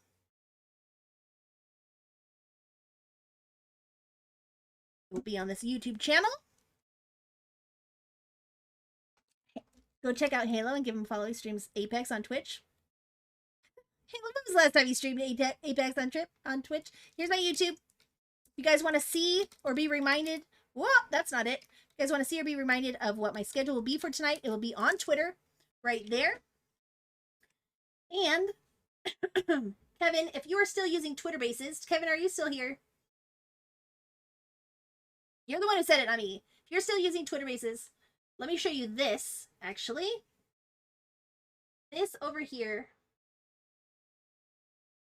We have a hidden gem in the Burnt Base Discord server that Zim set up. So if you join the Burnt Base Discord server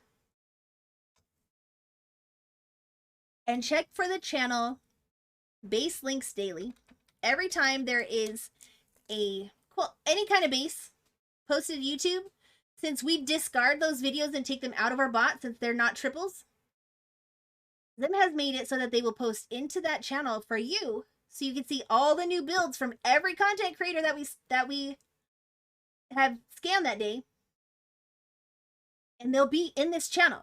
So let me show you how to get there. There's the Burnt Base Discord link. Let me show you what it looks like. This is what this channel looks like. Hello, not that. I clicked the wrong button.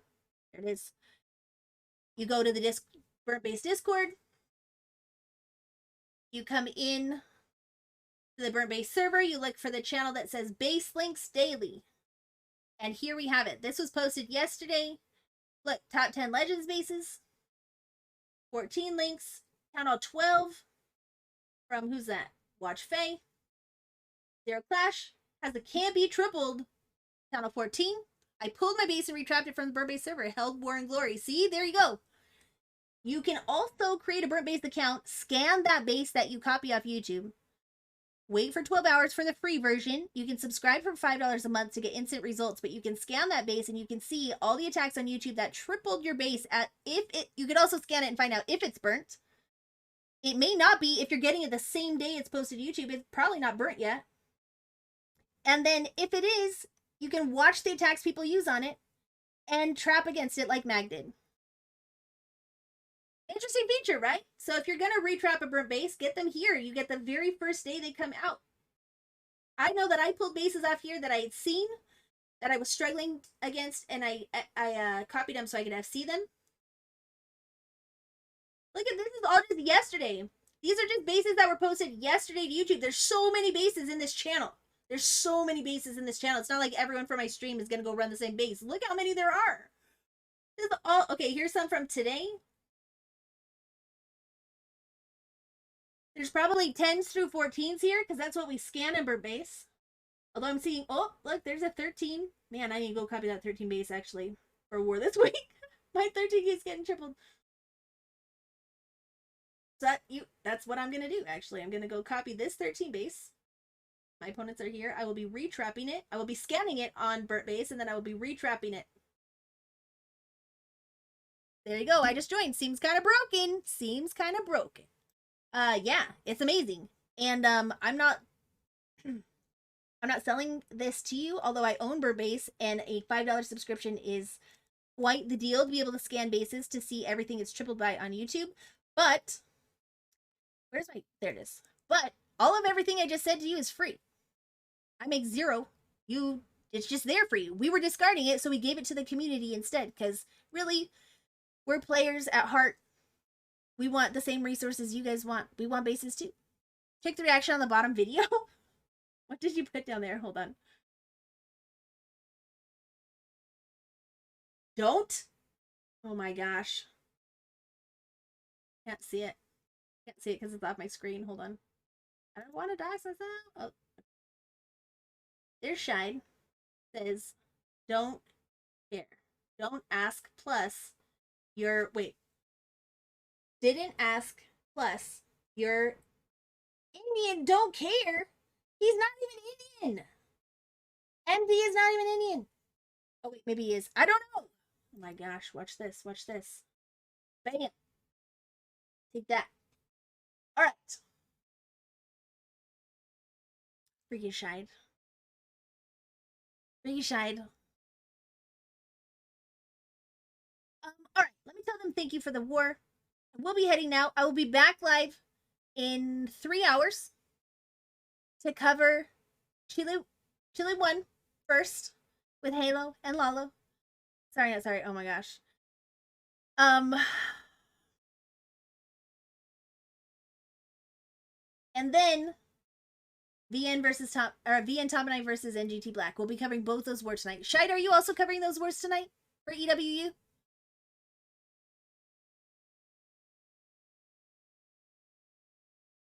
No. You sure? Just in case he does, Shide has been streaming a lot of EWU and their amazing wars, so we'll give him a shout out. Go drop him follow so you can catch him live when he streams these EWU wars too. Lazy Girl, thank you so much for coming. Thank you everyone for coming. Let's go find out who we're going to raid into. Over here on Twitch, we have Lena Lowe in German, Lipe in Spanish, King Assassin, I think in Italian. No, that looks like English. We've got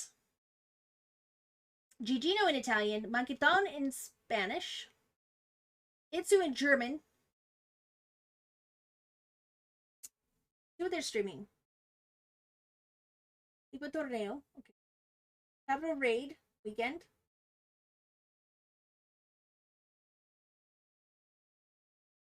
Raid Weekend. Jason Furiano Patrocina. Jelson. Friendly War with Sparta Esports. Who do you guys want to raid into? Going to plan with my friends. Tried voice planning with Boomers. He's busy. Oh. Okay. Have fun. Hold on. We'll raid into King Assassin. He raids us all the time. He's doing Capital Raid Weekend and recruiting if anyone needs a clan. So we'll do that.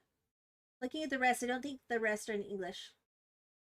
There are a lot of Clash streamers live, though, that I haven't seen in a while since the update, which I think is very cool. And a lot of new viewers, too, because of the update. So, hate all you want. If you guys don't like Capital, I don't know.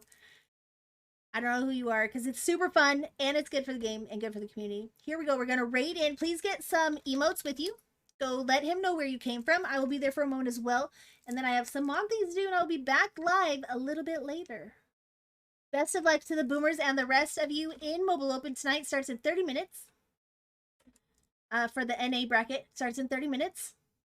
And we wish you the best luck. Raid into King Assassin FTW. And there you go. Let's go show him some love. He's got 283 followers. I fully expect him to be at 300 before we leave. Okay? If you're going to leave, give him a follow first. Show him some love. Support smaller streamers so we can have more variety and all be able to watch Twitch wherever we want to and have a wonderful afternoon.